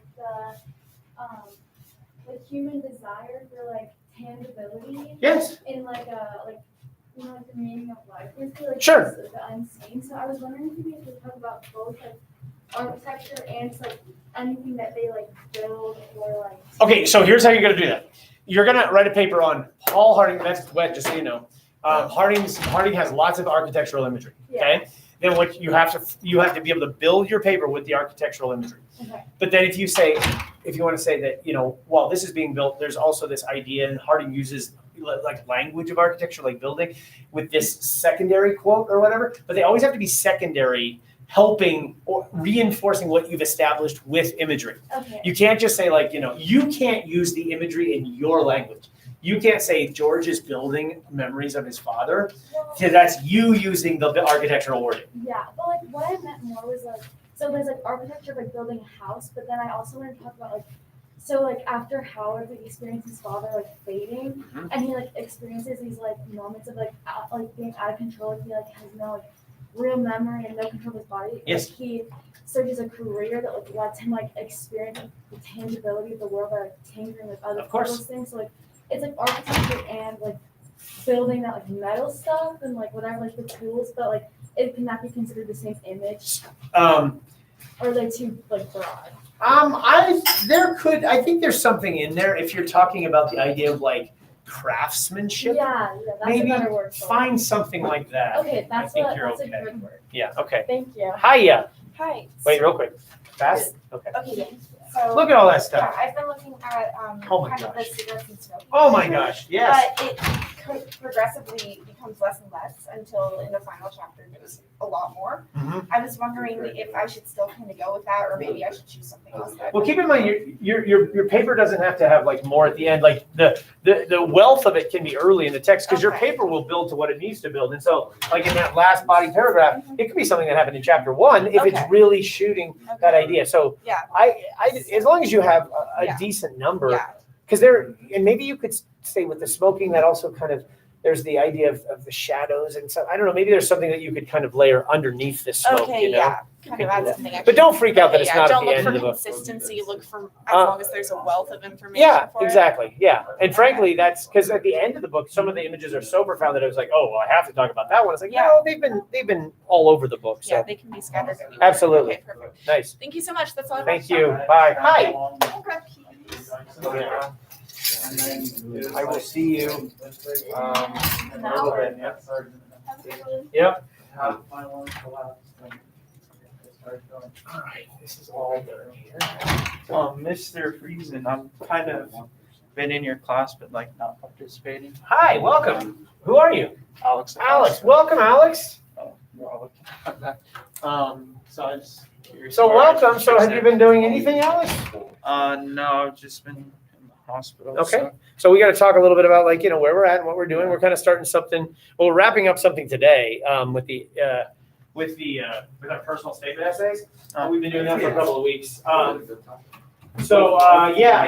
My guess is we're gonna have to come up with something probably for you and the counselors just about like what we're doing. But you're planning on here from here on out, right? Okay. So once we get started, you and I can chat. Luckily, everything is on Google Classroom, so you can kind of go back in time and start chipping away on like what we've done to get here. Okay. But we'll do that in class today. Okay. Nice to meet you. Sit wherever you want.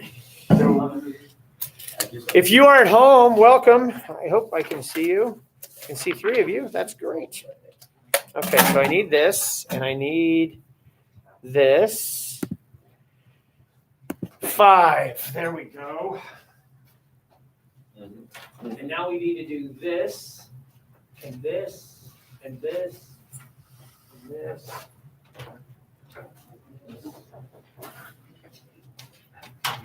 Yep. And this. Which leads to this. Which leads to this. Which turns this on. Sweet. A lot going on. Holy cow. We got a check-in question, which looks like it's happening right there. Nice.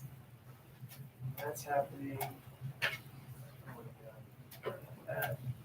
So many things not to care about here. Holy cow. My day? Yeah. It's hard. It's really tricky to do this whole thing. So thank you for asking. How's your day? Long. Long? Have you been here all the periods today? Yeah. Okay. When I get off. Oh my gosh. The NHL is announcing plans for their season because their season should be starting now. But it's not over for last year yet. Isn't that fun? So I'm excited. That's good stuff.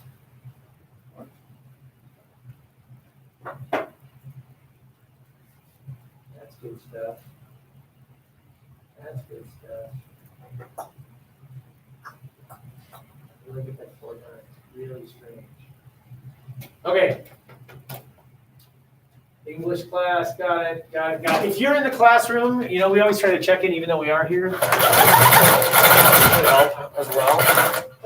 Oh dear. And then papers to hand out to you guys. So I have this. You guys don't get these. You guys get these. Oh boy, this is super exciting. All right, I need to highlight.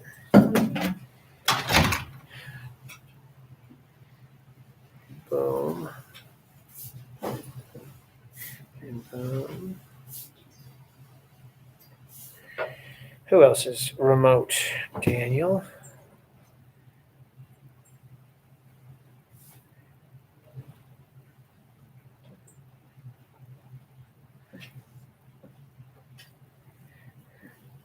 How are we doing? People have a good weekend?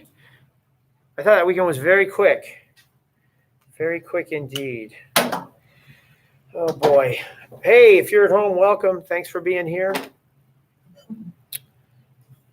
Off we go. 2, 4, 6, 8, 10.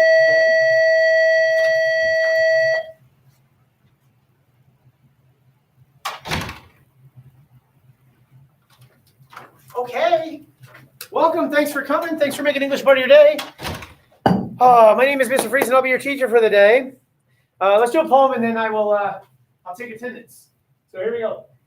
The poem today is called Why I Am Not a Painter, which is good because today we're going to start talking about art. And we're going to talk a little bit about the connection between art and language and poetry, but this is just a simple poem by Frank O'Hara called Why I Am Not a Painter. And it goes just like this.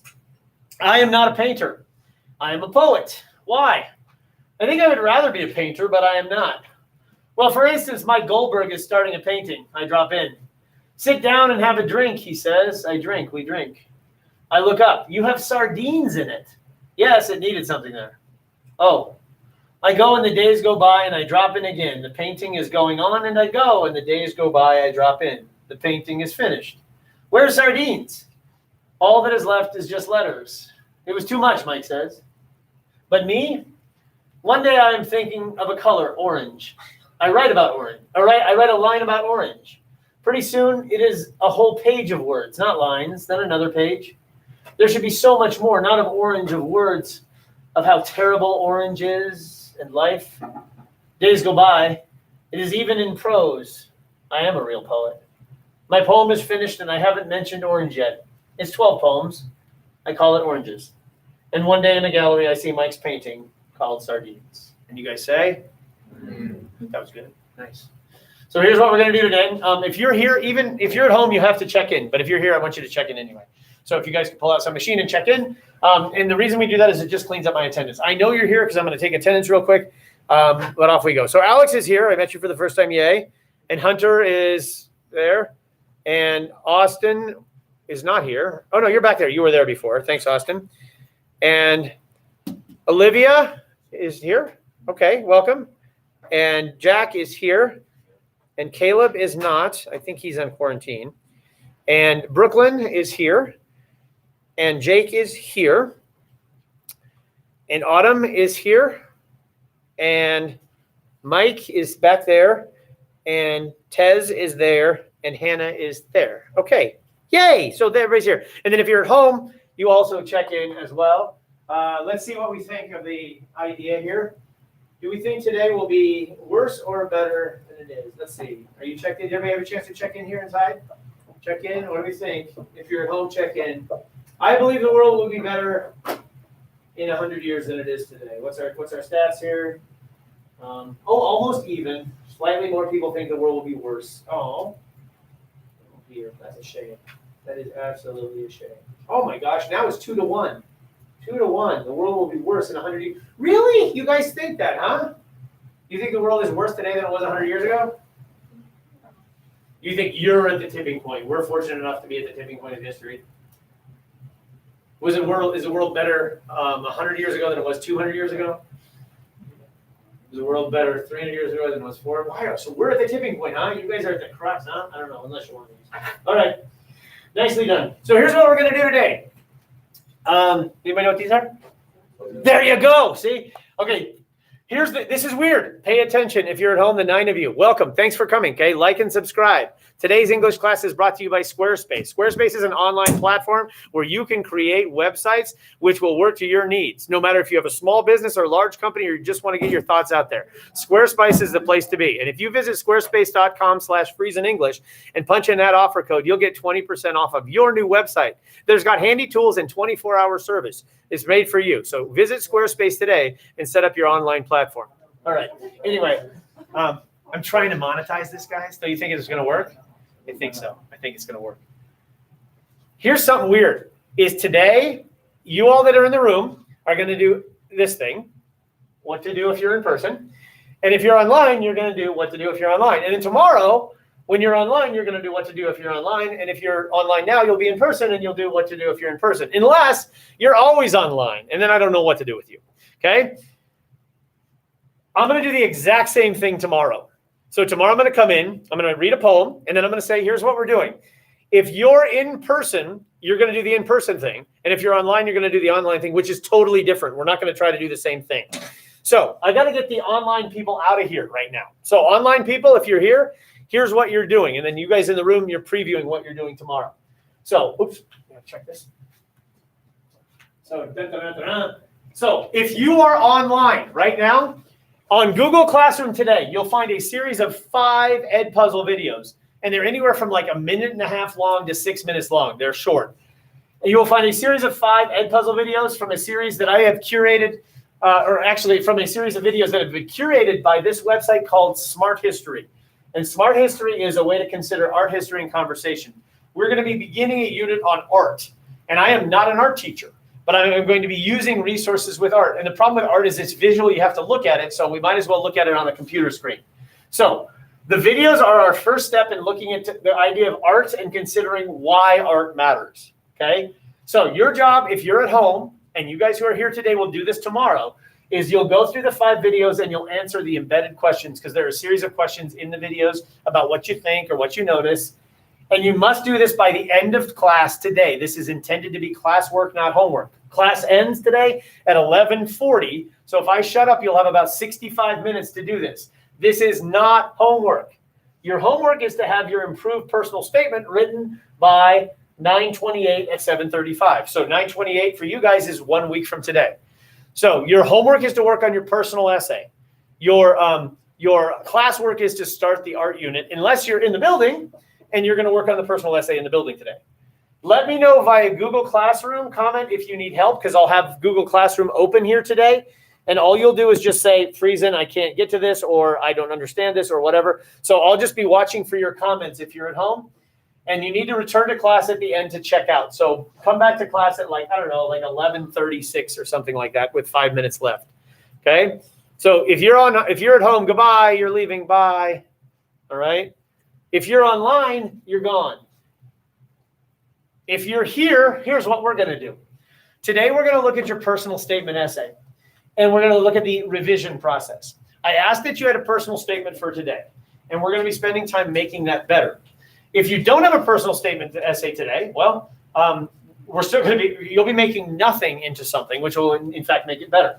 So we're going to do this in a series of 5 steps. First, we're going to look at the assignment guidelines, and I'm going to pair that with a writing workshop. Then we're going to look at the rubric. I gave you guys a video last week, which you guys watched on Friday, which kind of walked you through the rubric. So I'm going to give you the actual copy of the rubric today. We'll see if we have any questions. Then we're going to look at an improved essay. We're going to look at somebody who's gone through a revision process and turned a meh essay into a great essay. And we're going to talk about what we can do to do that with our own writing.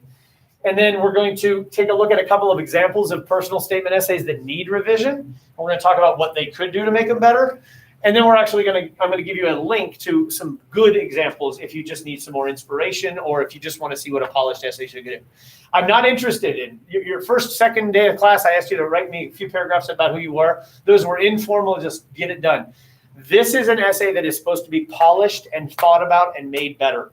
So whatever you have right now, it needs to go through this process of revision. Revision means to see again. And by giving you 8 days, you have the opportunity to go away from it, come back to it, be inspired by something else to change it. A lot of people think the first thing out of their mind is the best thing out of their mind. This should be a polished essay. It should not feel like something like some journal entry. This should feel like something you crafted. Okay, it's only 2 pages, and it's something you can spend some time with it. Are we good? This is our plan. Comments, questions? Okay, by the end of the period, we're going to go your homework ultimately is just going to be to work on this essay, okay? So we're going to go through this together, and then I'm going to give you time in class to work. The reason we're here today is to have time to work. So fire up your machines, get your machines out, and let's start looking at your personal essay. And I'm going to go through these things on this sheet up here. So first thing I'm going to do is give you the assignment guidelines, which are here. They are pink. And you'll be able to find them because they're pink. If you don't bring a computer to class, I hate the fact we're using computers in class, but how else do we do things? Oh, everybody's got a machine. Yay! And there's a plug there if you run out of juice. There's a plug here. There's a plug by the window. Yep. I actually feel like a teacher when I hand students papers in a classroom. This is so weird, so odd. How about Friday? Did you guys watch that little video? At least say you did, right? Yeah. I don't know. I mean, that's what I'm going to try to do on Fridays. I'm going to try to throw at you guys something. By the way, this week, you guys know there is no Friday because Wednesday is SAT. And you need to bring, water and pencils. And I don't know, you're going to be in this hall and next hall. You won't have any work on Wednesday. The freshmen, sophomore, and juniors, they have to do like a remote day. You all don't have to do that remote day because you're in here taking the SAT. Huh? You're not taking the SAT. It's the required test for juniors that are senior that they're postponing from last spring. I don't know. I mean, it's like the state mandated test. It can be used for your own benefit if you're choosing to attend. Yeah. Wait, is it like required to graduate? I don't know. Maybe It was on that experiment. they might have changed it. You have to do something that shows you're proficient, and SAT is one of the things that shows you're proficient to graduate. Remember, some people took the ASVAB test, some people took a PSAT, things like that. Yeah. I don't know. Yeah. What if, like, go online? I don't know. No, this is the school one. You're signed up for it. Every single senior in Colorado is taking the SAT on Wednesday. Every single senior, unless you're missing it for some reason. It is, you took like the PSAT and the MAPS test, all those things. I mean, you take tests in schools, you have to. Anyway, so that's Wednesday. There's posters all over the school that tell you what room to go to. There's where? There's one by the front windows. Where else are they? Senior window.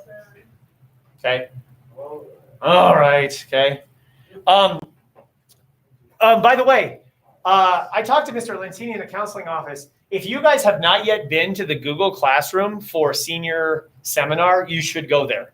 Because in that senior seminar are things you have to complete as a senior. Usually what they do is they come into English classes and talk to you about it, and then they'll call you in, and they'll say, like, on your schedule is senior seminar, and you guys have to come in on certain days and do certain things. They're just doing it all online. But these are things that you're doing to get out of this building this year. There are graduation requirements and college admission requirements if you're doing that, and making sure your transcripts are buttoned up. So there are things you should do. So if you've yet to be on Google Classroom for senior, whatever that's called, senior seminar, you should do that. And if you're confused, like, where are you going to be next fall? And if you need help, you should go visit your counselor and say, here's where I am. What do I need to do? Any questions for me about that? Okay. So what we're going to do is the first thing we're going to do is look at the assignment guidelines. The assignment guidelines are in pink. I just handed them to you. So take a look at the assignment guidelines. The assignment guidelines, it's interesting because I didn't give you these at the beginning of this process. We did a bunch of activities. We did a bunch of looked at models. We did the essence object box thing. We did the value sheet. And I didn't give you the assignment ahead of time because I wanted you just to be open to ideas of writing yourself. Now here's the actual assignment. And so the actual assignment is, there should be no surprises on here, but let me know if you have any questions. So the purpose, the direct description and purpose of this assignment. The purpose of narrative means story. The purpose of narrative writing is to tell a story. However, the story you tell in this essay is about you. It is written as a response to a specific prompt. So you need to select the prompt with thought, design your response with care, and craft it with originality. It should reveal your vulnerability, one or more of your values, and your superpower. Those things are not, you don't say, my vulnerability is this, my superpower is this, but by the time I end it, I should know, these are some things that are incredibly you. You will choose one of two paths for this assignment. So you will either craft a personal statement essay, or two, you'll actually craft a college application essay because you are going to use it on your Common App or in your college application. And your choices are your own, but I guarantee you that a number of you are this will kill two birds with one stone. Most colleges want you to apply by when? October something, November 1st are some of the deadlines, November 15 are some of the deadlines. So it'd be really nice to have something done so you're worried about other things if you're doing this is a nice thing for you to have done. Regardless of the path you choose, you will use one of the 6 common application essay prompts, which I've given to you in paper form, and they've been on my website several times. And if you find this document and you click this link right there, it'll send you there, or you can just type in 2020 College Common App prompts. You have to pick one of those to answer. Select a prompt that showcases aspects of your experience. If you're applying to college, this statement will reveal to you beyond your GPA, test scores, and extracurricular involvement. We have done a good deal of pre-writing. We've looked at several models along the way. We've thought a good deal about the what, how, why levels of personal statements. So here are the specific requirements. 1, this essay is to be personal, so you're invited to use first-person pronouns. But don't rely on an informal voice. You need to adhere to correct conventions of English grammar, spelling and capitalization, usage and mechanics, unless you're breaking them for a reason that aligns with your style. Express your story with strong detail, compelling language, and a pleasing style. This is an essay that asks you to take some risk in how you present your personal statement. Comments about that? Are we okay? So we're very much focused on the how of this. How you're writing, not just what. What is absolutely important. And the deeper message is absolutely important, the why. But the how is also part of the craft. Type the prompt you begin at the beginning of your essay. So one of the 6 must be typed word for word at the beginning of your essay so that I know which prompt you're responding to. Your essay needs to be between 450 and 650 words, not including your name, the question, and all the stuff that's not your essay. So for most of you, that's 2 full pages. Okay. Your paper must be typed in MLA format. If you're uncertain with that, you can just click on this little box on this document, which is on the website on Google Classroom, and it'll take you to a page that talks about 12-point font, Times New Roman, 1-inch margins, all that stuff that you've been doing for years. And this paper is worth 80 points. I think as of today, right now, you have once I finish putting all the things in, I think you have 110 points in this class. So this is basically half of your grade-ish. So if you like your grade, this is how you keep your grade. If you don't like your grade, this is how you fix your grade. This paper will automatically determine, where you're at. And that's that. Comments about any of that stuff? This is all, hopefully there's no surprises here, right? This is all very, very predictable based on what we've done and what high school is. Okay, date and time submission requirements. A paper copy of this. So a paper copy is due on your next in-person day. So for you, that's 1 week from today. For you, that is going to be September the 28th. So you will hand me a paper copy. Electronic comment copy must be uploaded to your section on Turnitin.com before 7 a.m. on that day. So before you get school, so basically on the night of the 20th, next Sunday night, worst case scenario, is you're hitting print and you're uploading it, okay? I don't know what printing is like in this building right now, frankly. You should, if you need to use this building to do printing, you might want to investigate that and just see if those things are available, if the library is open for you to print, or I don't know. It's probably one of the awful pandemic things. Online students will only need to complete the electronic submission, and the paper is due by the deadline regardless of your absence. Paper loses 10% for E. Apparently I didn't finish typing my sentence there. 10% each 24 hours, okay? So if you're gone, it doesn't matter. The paper is still due. And you're like, but I got pneumonia. I'm like, yeah, but you've had weeks to do this assignment, okay? So do not, if I were you, I'd just, try to work on what we do today and try to front load this. Comments or questions about that? Okay, and then tips. Spelling, grammar, and usage and grammar matter. Use language that shows who you are. Avoid excessive use of elevated language, but be lively with figurative language. Incorporate a good story-based structure, with characters and settings and conflict, clear points and moments that advance the story. You may use first person, but lean toward academic writing, so no slang or vulgar language. You want to prove that you are a high school senior that's capable of expressing yourself. Mind the word limit. You cannot do more than 650 words, okay? You can't. And that's one of the reasons we'll put it up on Turnitin, is Turnitin does a nice word count for you. Get another set of eyes on your paper before you send it in. See the writer's workshop on the back. We'll talk about that in a second. So I highly recommend you let somebody else read this and give you feedback, and they should be as candid as possible. You should tell them. You should say, I know this is about me. I know this is a personal story. Okay, I'm already putting myself out there. Please tell me what's bad about this, or please tell me where it shines. Tell me how to fix it. Because your eyes are often clouded by your own personal experience. Or they could also say that's not what a semicolon is, too. Avoid merely reporting the mundane. Some topics will not distinguish you. I didn't make varsity. Bad breakup. My first speeding tickets. Those are wonderful things that happen to sort of everybody. This thing should be a story that is uniquely you. What is something in your essence object box that you are the only person with that in there? These, if you're going to talk about something cliche, make sure they're a vehicle to get into something deeper. Work to develop a central metaphor. Build the metaphor through the essay by repeating things, adding language, using imagery. And you can do this. Take pride in the composition and expression. So what's unpredictable here? Is this pretty predictable, what I wrote here? I don't think there's any surprises on this piece of paper. Okay, so then if you flip the paper over, I'm not going to read every word of this, but this is a sheet for you to go through, and I'm going to give you time today to work on this. These are questions that I'll be asking about your essay, and that you will ultimately be asking as well. And just basically, how is it organized? What kind of constructions of language do you have with word choice and sentences? What about mechanics and mistakes?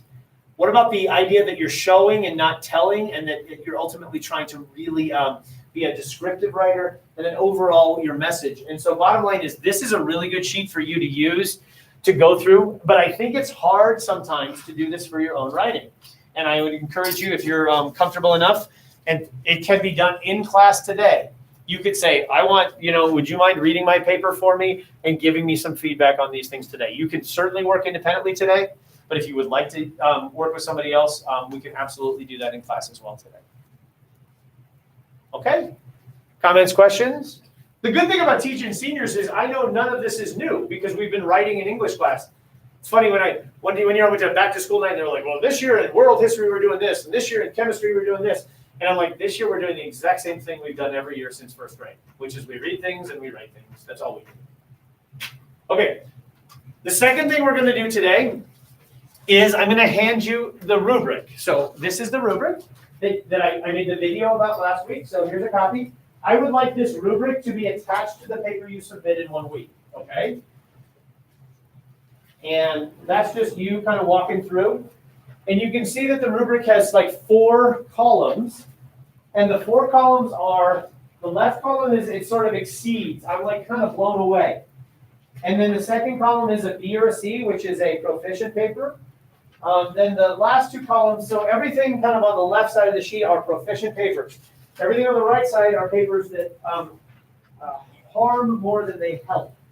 And so those would be papers that are missing things or not doing things. So what I think you should do is pick the column you want to live in, and then read up and down with what you need to be doing to get there, and be kind of clear about that. If you have anything on here you're confused about, let me know. All right? We good? Okay, another resource for you. The third thing is, let's take a look at an improved essay together. And this is the mandatory participation part. This is for me. You're going to give me this piece of paper back, okay? But you're going to use it in class. There's somebody sitting near you that you're going to have to talk to in just a few moments. So you might look at them over their mask and with your eyes say hello. And I'm going to make you talk about this piece of paper with the smart kid next to you. This is an essay that was written to get into Stanford of all things. My goodness. And on the top of this piece of paper is and for those of you at home who are, I have one person. This must be an all remote person. Hopefully that's either Jovi or Caleb. This is, you can click on this right here and you can see this. Top essay, same what? Exact same what? The essay is the story of a kid. But the how is radically different. So what I'm going to do is I'm going to give you, I want you to read this essay. And then I want you to talk about how this person took a paper and made it better and what choices. And if you're like, I don't know what to say, well, the good news is the blue things tell you exactly why the choices were made to improve this. So do me a favor, read the essay, then read the essay again, then look at the blue things where we comment on what's wrong and right about this essay. So ready, set, go. Read these essays. This is basically reflect on an idea that made you kind of who you are.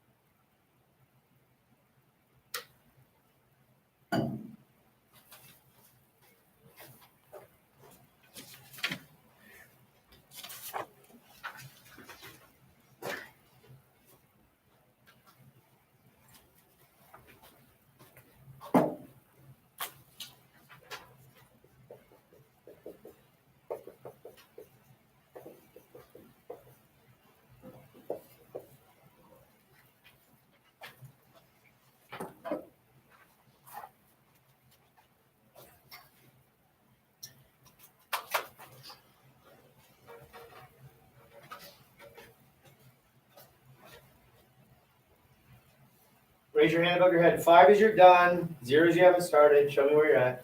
1, 2, 3, 4, 5. Okay, it looks like everybody's on 4 or 5, so I'll give you like 30 more seconds.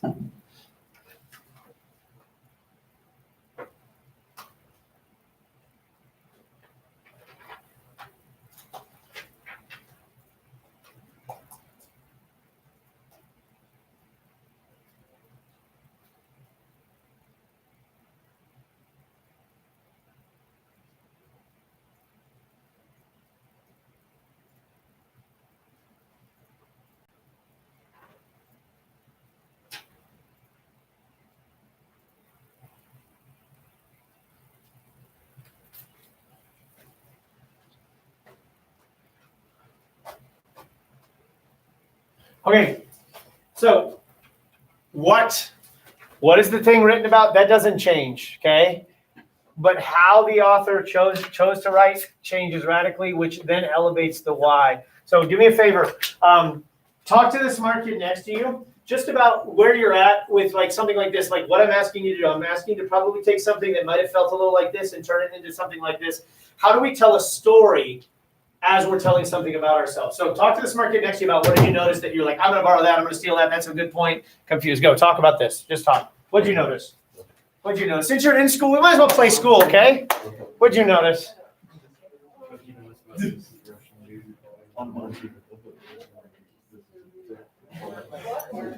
Same kid, same story, same basic message, but totally different effect.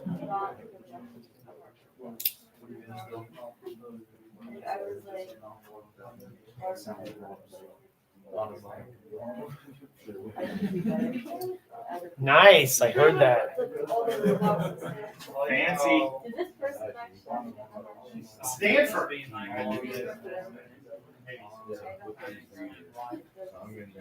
Not good enough. Probably need a little more money.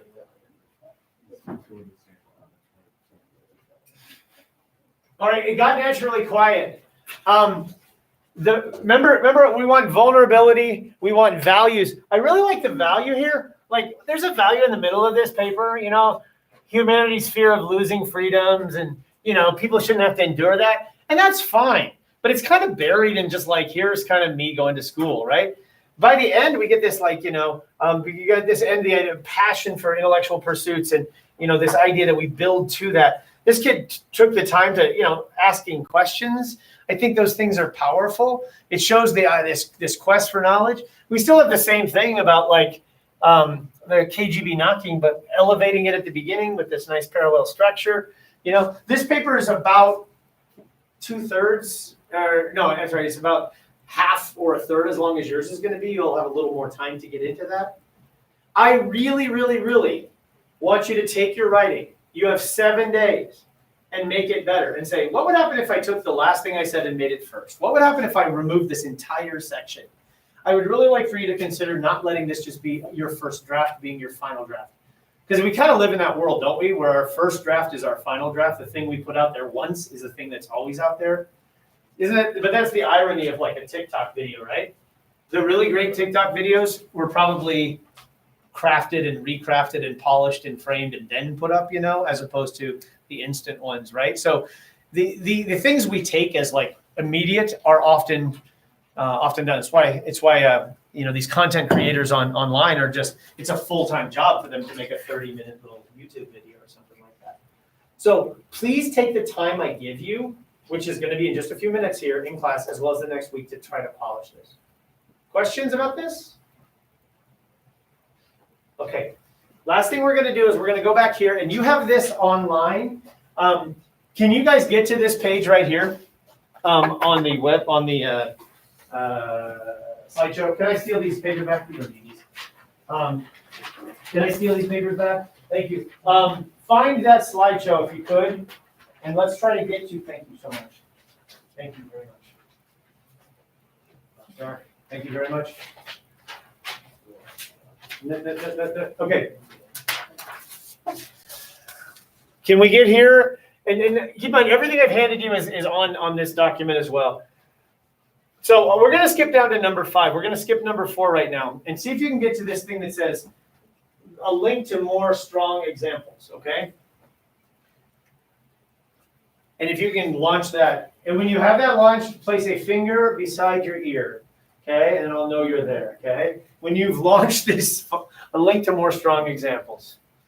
Okay, good. Nice. Feel the cartilage kind of at the front of your ear. That's kind of setting it like a flap to keep the bugs out, I guess. I don't know. Maybe. You know, you could pierce through that, right? We could pierce through that. Then back here, you can pierce through that. Pierce through those. We got it? If your finger's by your ear, if your finger's not by your ear, look at the kid next to you who knows how to do this and find out how to do this. Okay? All right, good. So now, here we go. We look at a strong example. Oh dear. What did I just do? I just broke things. Oh my God. Here we go. Presents. Strong example. There we go. I sometimes feel like I overwhelm students by giving them too many things. This is a list of a number of very strong personal statement models that I've collected, okay? So some of these we've already done. Like I read Tally on My Uniform to you on the video last Friday. Some of these we've done, like this one we haven't done. But I mean, just even looking at these, what's going on? These people are taking some risks about how they're expressing their story. We did 12 together. So this document is just a number of pieces that are not only are they a strong story, but they are crafted with well, you can tell that they've been revised and improved, and they've been thought about in a big way. We've done the poop one already and all that. So this is not for, this one's about Pokemon Go. You do not have to go to this document. However, if you're feeling a little bit like uninspired, Picasso said, if there's anything to steal, I steal. So you don't plagiarize, but you're saying, oh, what an interesting approach. I could do mine as a timeline. I could build mine with a series of dialogue. I could do mine as, I don't know, I could start with this dialogue or whatever. So bottom line is I've just given you a number of examples. What I think I want to do together real quick is I do want to go back here and I want to look at an example in need of revision. So let's look at this one real quick.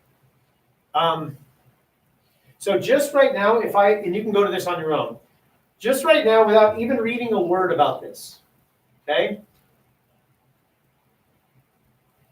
You can see that it's about 650 words.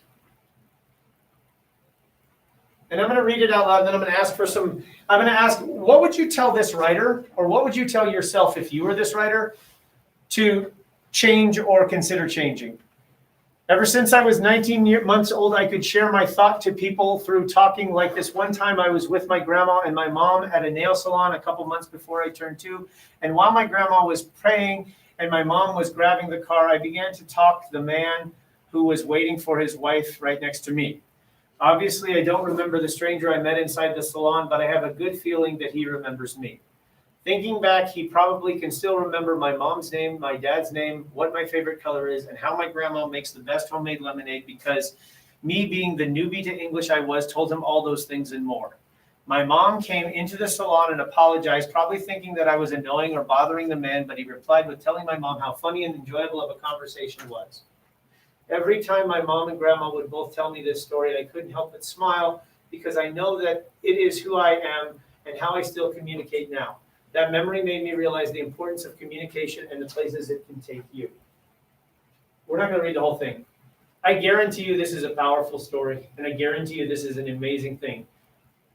What would you tell this writer to do? Sum it up. Sum it up? Make it more interesting. Make it more, how? Stop saying probably. Stop saying probably? Like, we could put like, I'm really good, but I feel like it's way too long. Okay, so yeah, so condense the generalities here.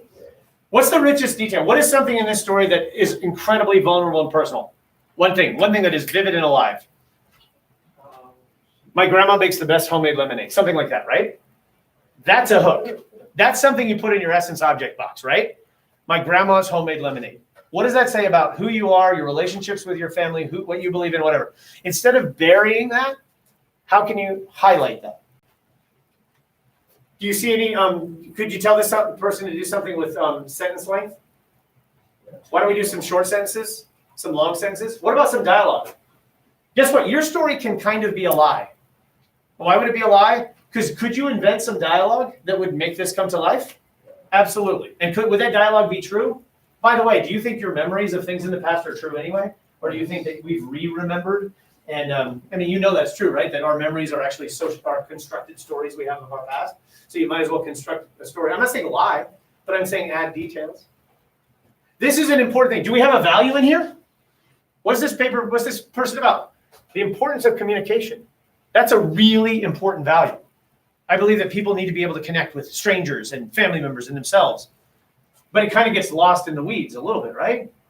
So consider this and consider the ability that everything could be improved by revision. I don't want you to turn in your first draft. Let's do another one real quick. Let's skip down to the next one if you have it on here. It's called no title. Obstacles can come in many forms such as physical, mental, or emotional. Overcoming a physical obstacle challenges both the mental and emotional mindset. The biggest obstacle I have overcame in my life last year. Hockey has always been the biggest motivating factor in my life. In the blink of an eye, it was taken away from me. My entire life was turned upside down, and I was close to an out-of-control tailspin spiral as possible and crashing my life. But as I write this today, I'm proud to say I have hit rock bottom, and from overcoming my personal obstacles, I am now currently climbing my way to the top of the mountain. While starting my first varsity hockey game as a junior in high school, I felt an unusual pain in my shoulder. Hockey is so violent a sport. I was used to normal bumps and bruises, but this was different. It felt different. The pain was something indescribable. My inner intuitions told me something was wrong, something horribly wrong. Within a few days, and after a few doctor's visits, I was told that I would not be playing hockey for the rest of the season, if ever, because I sustained such a severe shoulder injury that it would require surgery. The second these words struck my eardrums, my brain was able to process this information. I was rushed with emotions. I was worried for my future, my team, my family, and how I was letting them down, being injured. Within a few weeks, my shoulder was propped up in a brace from the operation, and I was standing on the sideline as a spectator. The sideline is something special. I was not on the ice, but I felt as if I was part of the team. I had friends, teammates, and coaches approaching me, offering the support I needed for difficult times. It was after the game when the lights went out, blah, blah, blah, blah, blah, blah, blah, blah, blah. What, is this an important story to this person? Absolutely. Is this vivid? Absolutely not. Are you there? No? Do you think you could describe the pain, the exact moment? Do you think you could feel the ice? Do you think you want to offer details? You want to think about what you can see, smell, touch, taste, and hear? Do you think there is a way to actually hit return and make paragraphs? You know? So I believe a lot of you are probably writing and you've got some ideas out there. And I want you to spend the time to try to think about how I can break this down and enter details. Think of the Woofy Down the Well story we've read. Look at the models we've read. And I want you to spend some time digging into that. Because I think so many times you're worried about what I'm writing, you forget that how and why you're writing are actually the biggest, most important thing. Okay? So we're going to try really hard to go beyond what into what and how and why. Could you tell this writer a thing or two to work on? You know? We good? Best thing I can give you is a gift of time, which is 35 minutes right now for you guys to work on this and improving this and doing anything. Do you have a question? Absolutely. Other questions?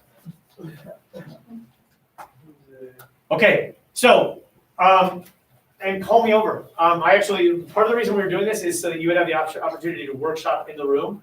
And so call me over if you need help. I'm happy to help, okay? All right, so your time is yours, my friend. No. All right.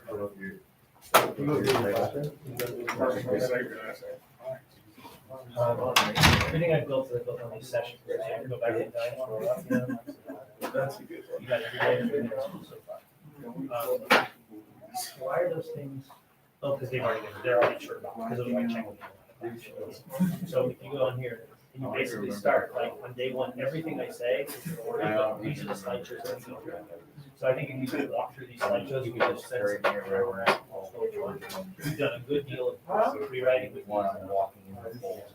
personal statements, you know. So you can kind of walk through some rewriting. We've done good deal of all the activities to get there, you know. But also, and we got to figure out like what we do about excuse. The best thing for you to do is just walk through and see where luckily we're at a crazy time right now, and we've only actually met. It's crazy actually. Only the 11th time we've met, so half those times we've been here. So I just the third time. It's really not that big. Okay. So why don't you go through that, and then we'll go, you know, when we get to things in these places. Okay? Yeah. I do remember, Did you do this stuff? doing filters. We are? Yes, okay. So you were at least here at the very start? Yeah, I did like the first week of online and then, yeah. Okay. Well, just trickle through and see if you can find, look at your gaps, okay? Let me know what you say.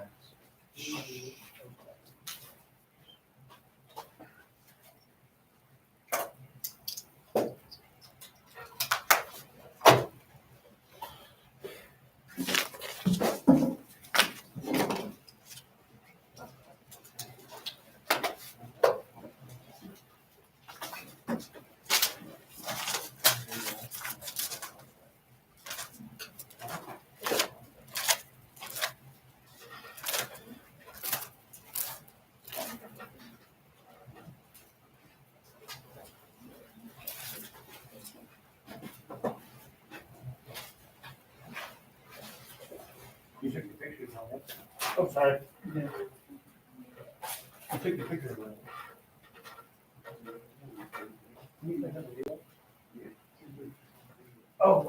I'm sorry, I didn't see that.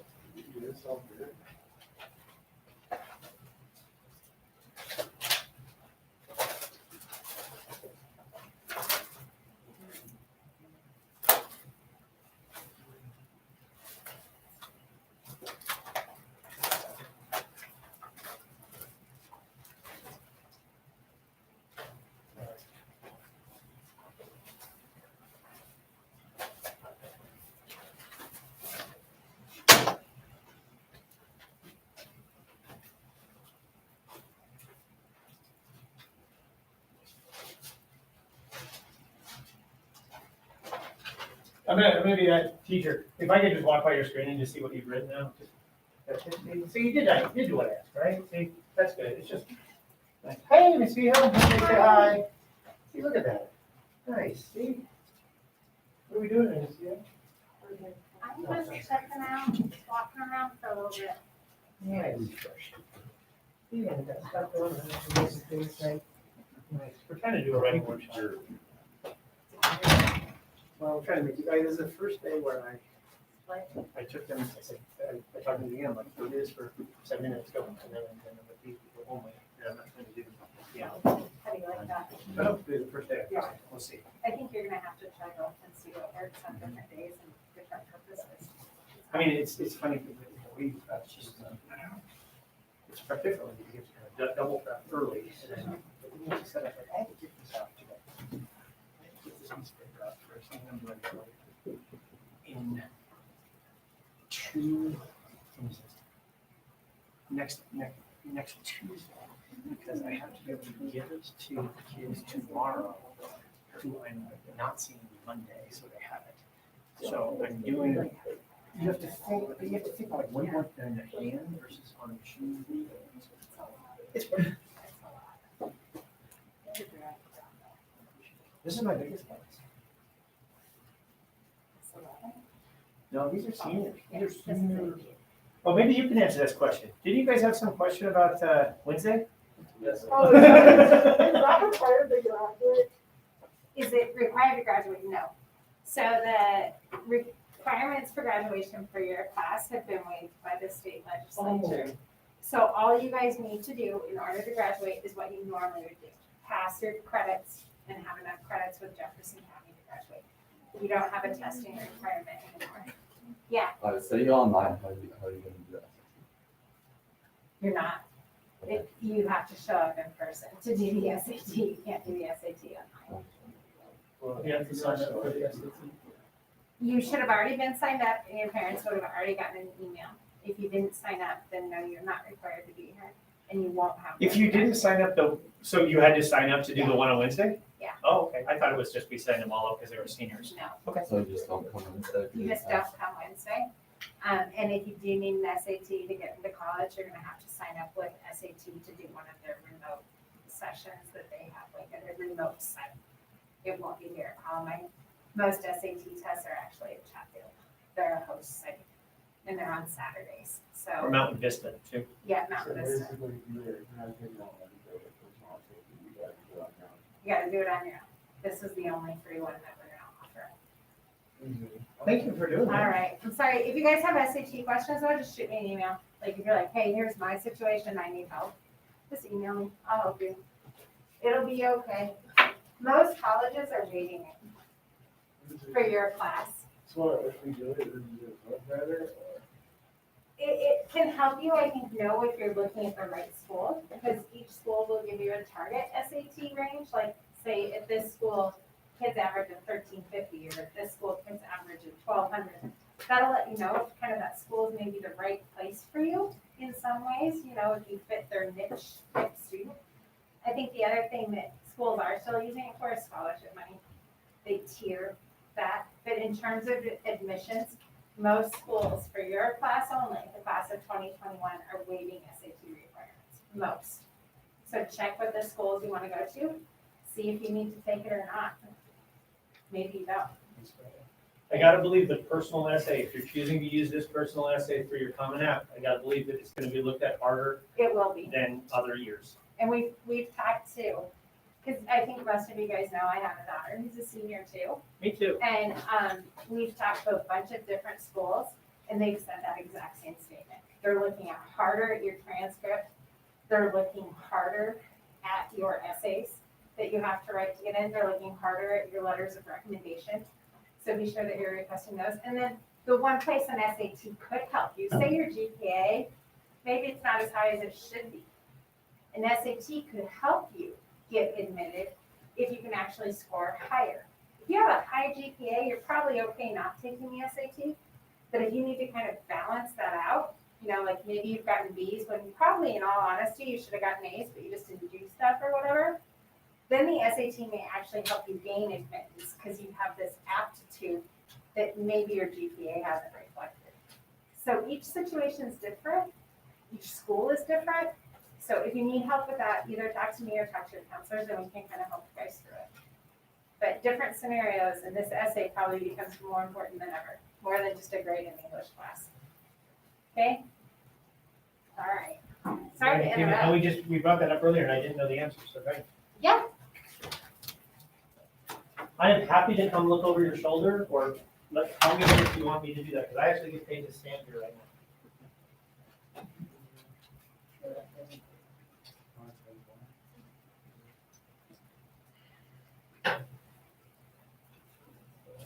We're cool from everything while you were gone, right? Yeah, I got it.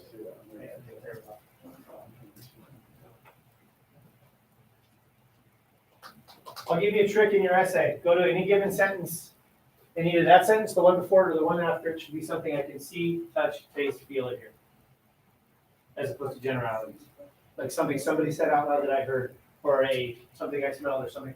Put people in the story with imagery, okay? See, touch, taste, feel it here. A color, a shape, a sound. Think about the power of adjectives.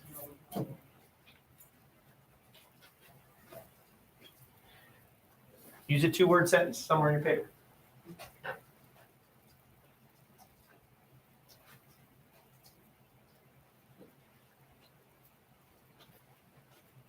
Show that you understand how to use a semicolon. Show you how you understand how to break language too, when necessary.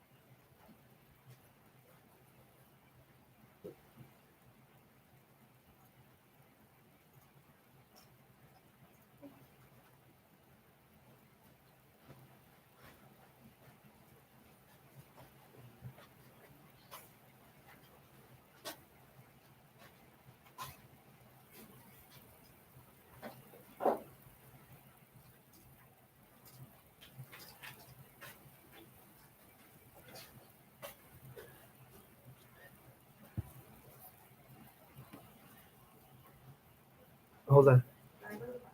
Yeah.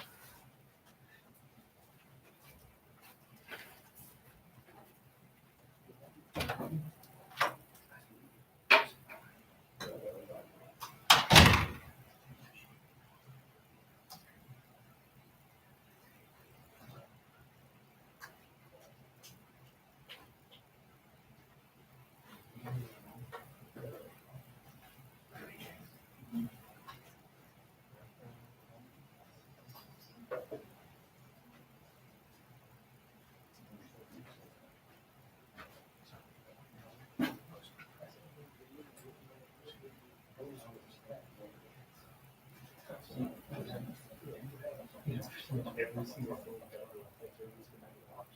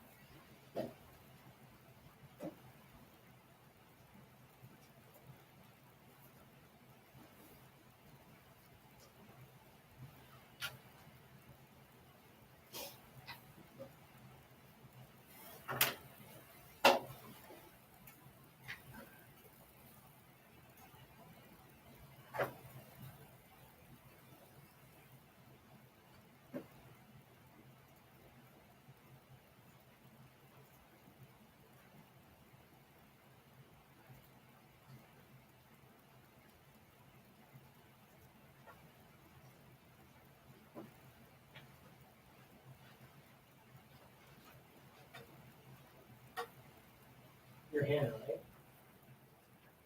Thank you so much.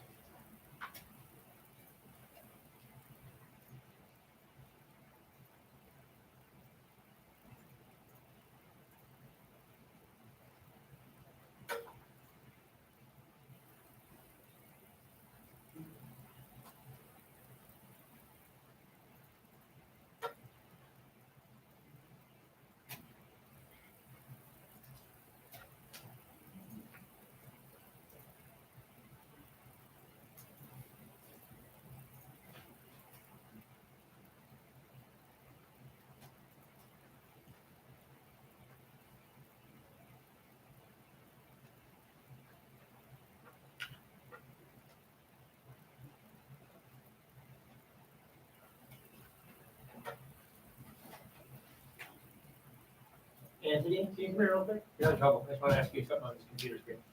Or Ted, sorry. My bad. I just want to show you this. Sometimes I do things I just think are funny, okay?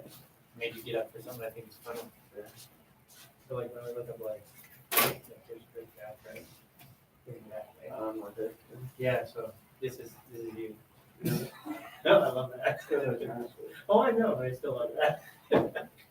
So I mean, like, no. All right, man. Thank you. That was like prepared for Oh, I know, it's great.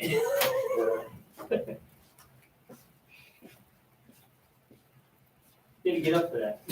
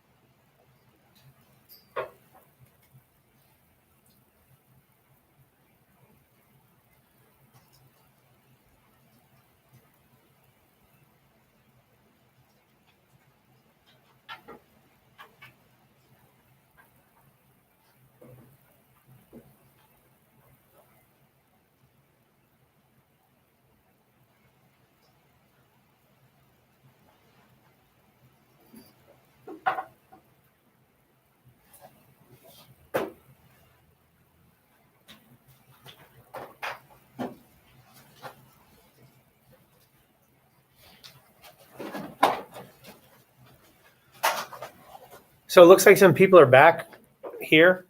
I hope you've had a chance to try out a new Casper mattress. You'll sleep all night in such a way that you've never slept before. Casper mattresses is the greatest way to spend your evening. If you go to caspermattress.com/Friesen English, you can get 20% off of Patrick. They'll deliver it right to your house. And if you don't like it, a 90-day guarantee. Okay. So caspermattress.com. If you guys could make sure that your paper, you guys who are in the room, you owe me a paper next time you see me. And it's already uploaded to turnitin.com by the time you walk in the room. And you guys in the room are going to do 5 videos on art tomorrow when you're not in the room. Okay. And you guys at home did those videos during class. And let's see if they did them. Let's see. Looks like some of them did it. It looks like they had enough time too. So I think I tried to plan it out about enough time for you guys. So anyway, check out on Google Classroom, all y'all, everybody, in and out, check out on Google Classroom so I know you're here. I know you didn't do it. Every time, just do it. Cleans up the attendance. I know you're here. I would never mark you absent, but it just makes my life easier. And that's part of what you want to do, right? Shouldn't we all make each other's lives a little easier? I think so. You can go out and enjoy your 87-degree day, which is good. Here at the end of September. Should it be 87 degrees right now? Maybe it should. Anybody have big plans for the day, huh? Anybody going to work? No. Anybody going to take a nap? No. Anybody going to go work out? No. Eat right? Get that high score you've been looking for? Goodness gracious. Copy, assignment, copy, blue handout. Did it. Looks like some people are checking out right now. Isn't that nice? That's good. Have a good day, guys. Don't smoke. I will see you in a week or on the line. If you need help, I will help you. If you want to contact me. Otherwise, we'll see you. Have a good day. Cheers. Hey. Do Raid Shadow Legends next class. Which is that? Raid Shadow Legends? Shadow Legends. Yeah, absolutely. You got a free code. We'll get you. It's beautiful. Thank you. Bye. Refreshing. You want to spray them? No, I totally affect your. No, it's some sort of chemical. You don't want chemicals that has those things in it. Active ingredient. Hydrogen peroxide. That is a thing with that. Bye. Olivia, do you need help? Oh, I was just gonna talk to you about my essay. You waited this whole time? No, I just wanted to tell you, so my essay is about, just like my history of drugs and depression. Uh-huh. And there's like some suicide stuff there. But Okay. I would like, if you didn't bring, like, so I'm like getting help and everything, so it's fine. You have. So like now it's fine. Yes. But then maybe you could report it, but now I'm. You would like if I didn't report? No, I'm not going to I'd report rather you. not. I would talk to you first, Deal with obviously. it. Okay, but you're getting help. You're talking to the people you need to I'm talk on to, meds, it's and all you're in a fine good. now. And you're you're on meds. Say me too. So I appreciate you being candid with me about that, and I'll handle it with sensitivity. And thanks for your willingness to share. Okay. Yeah. All right. Well, I'm glad. I hope you're on a good path. Thank you. Bye. Bye.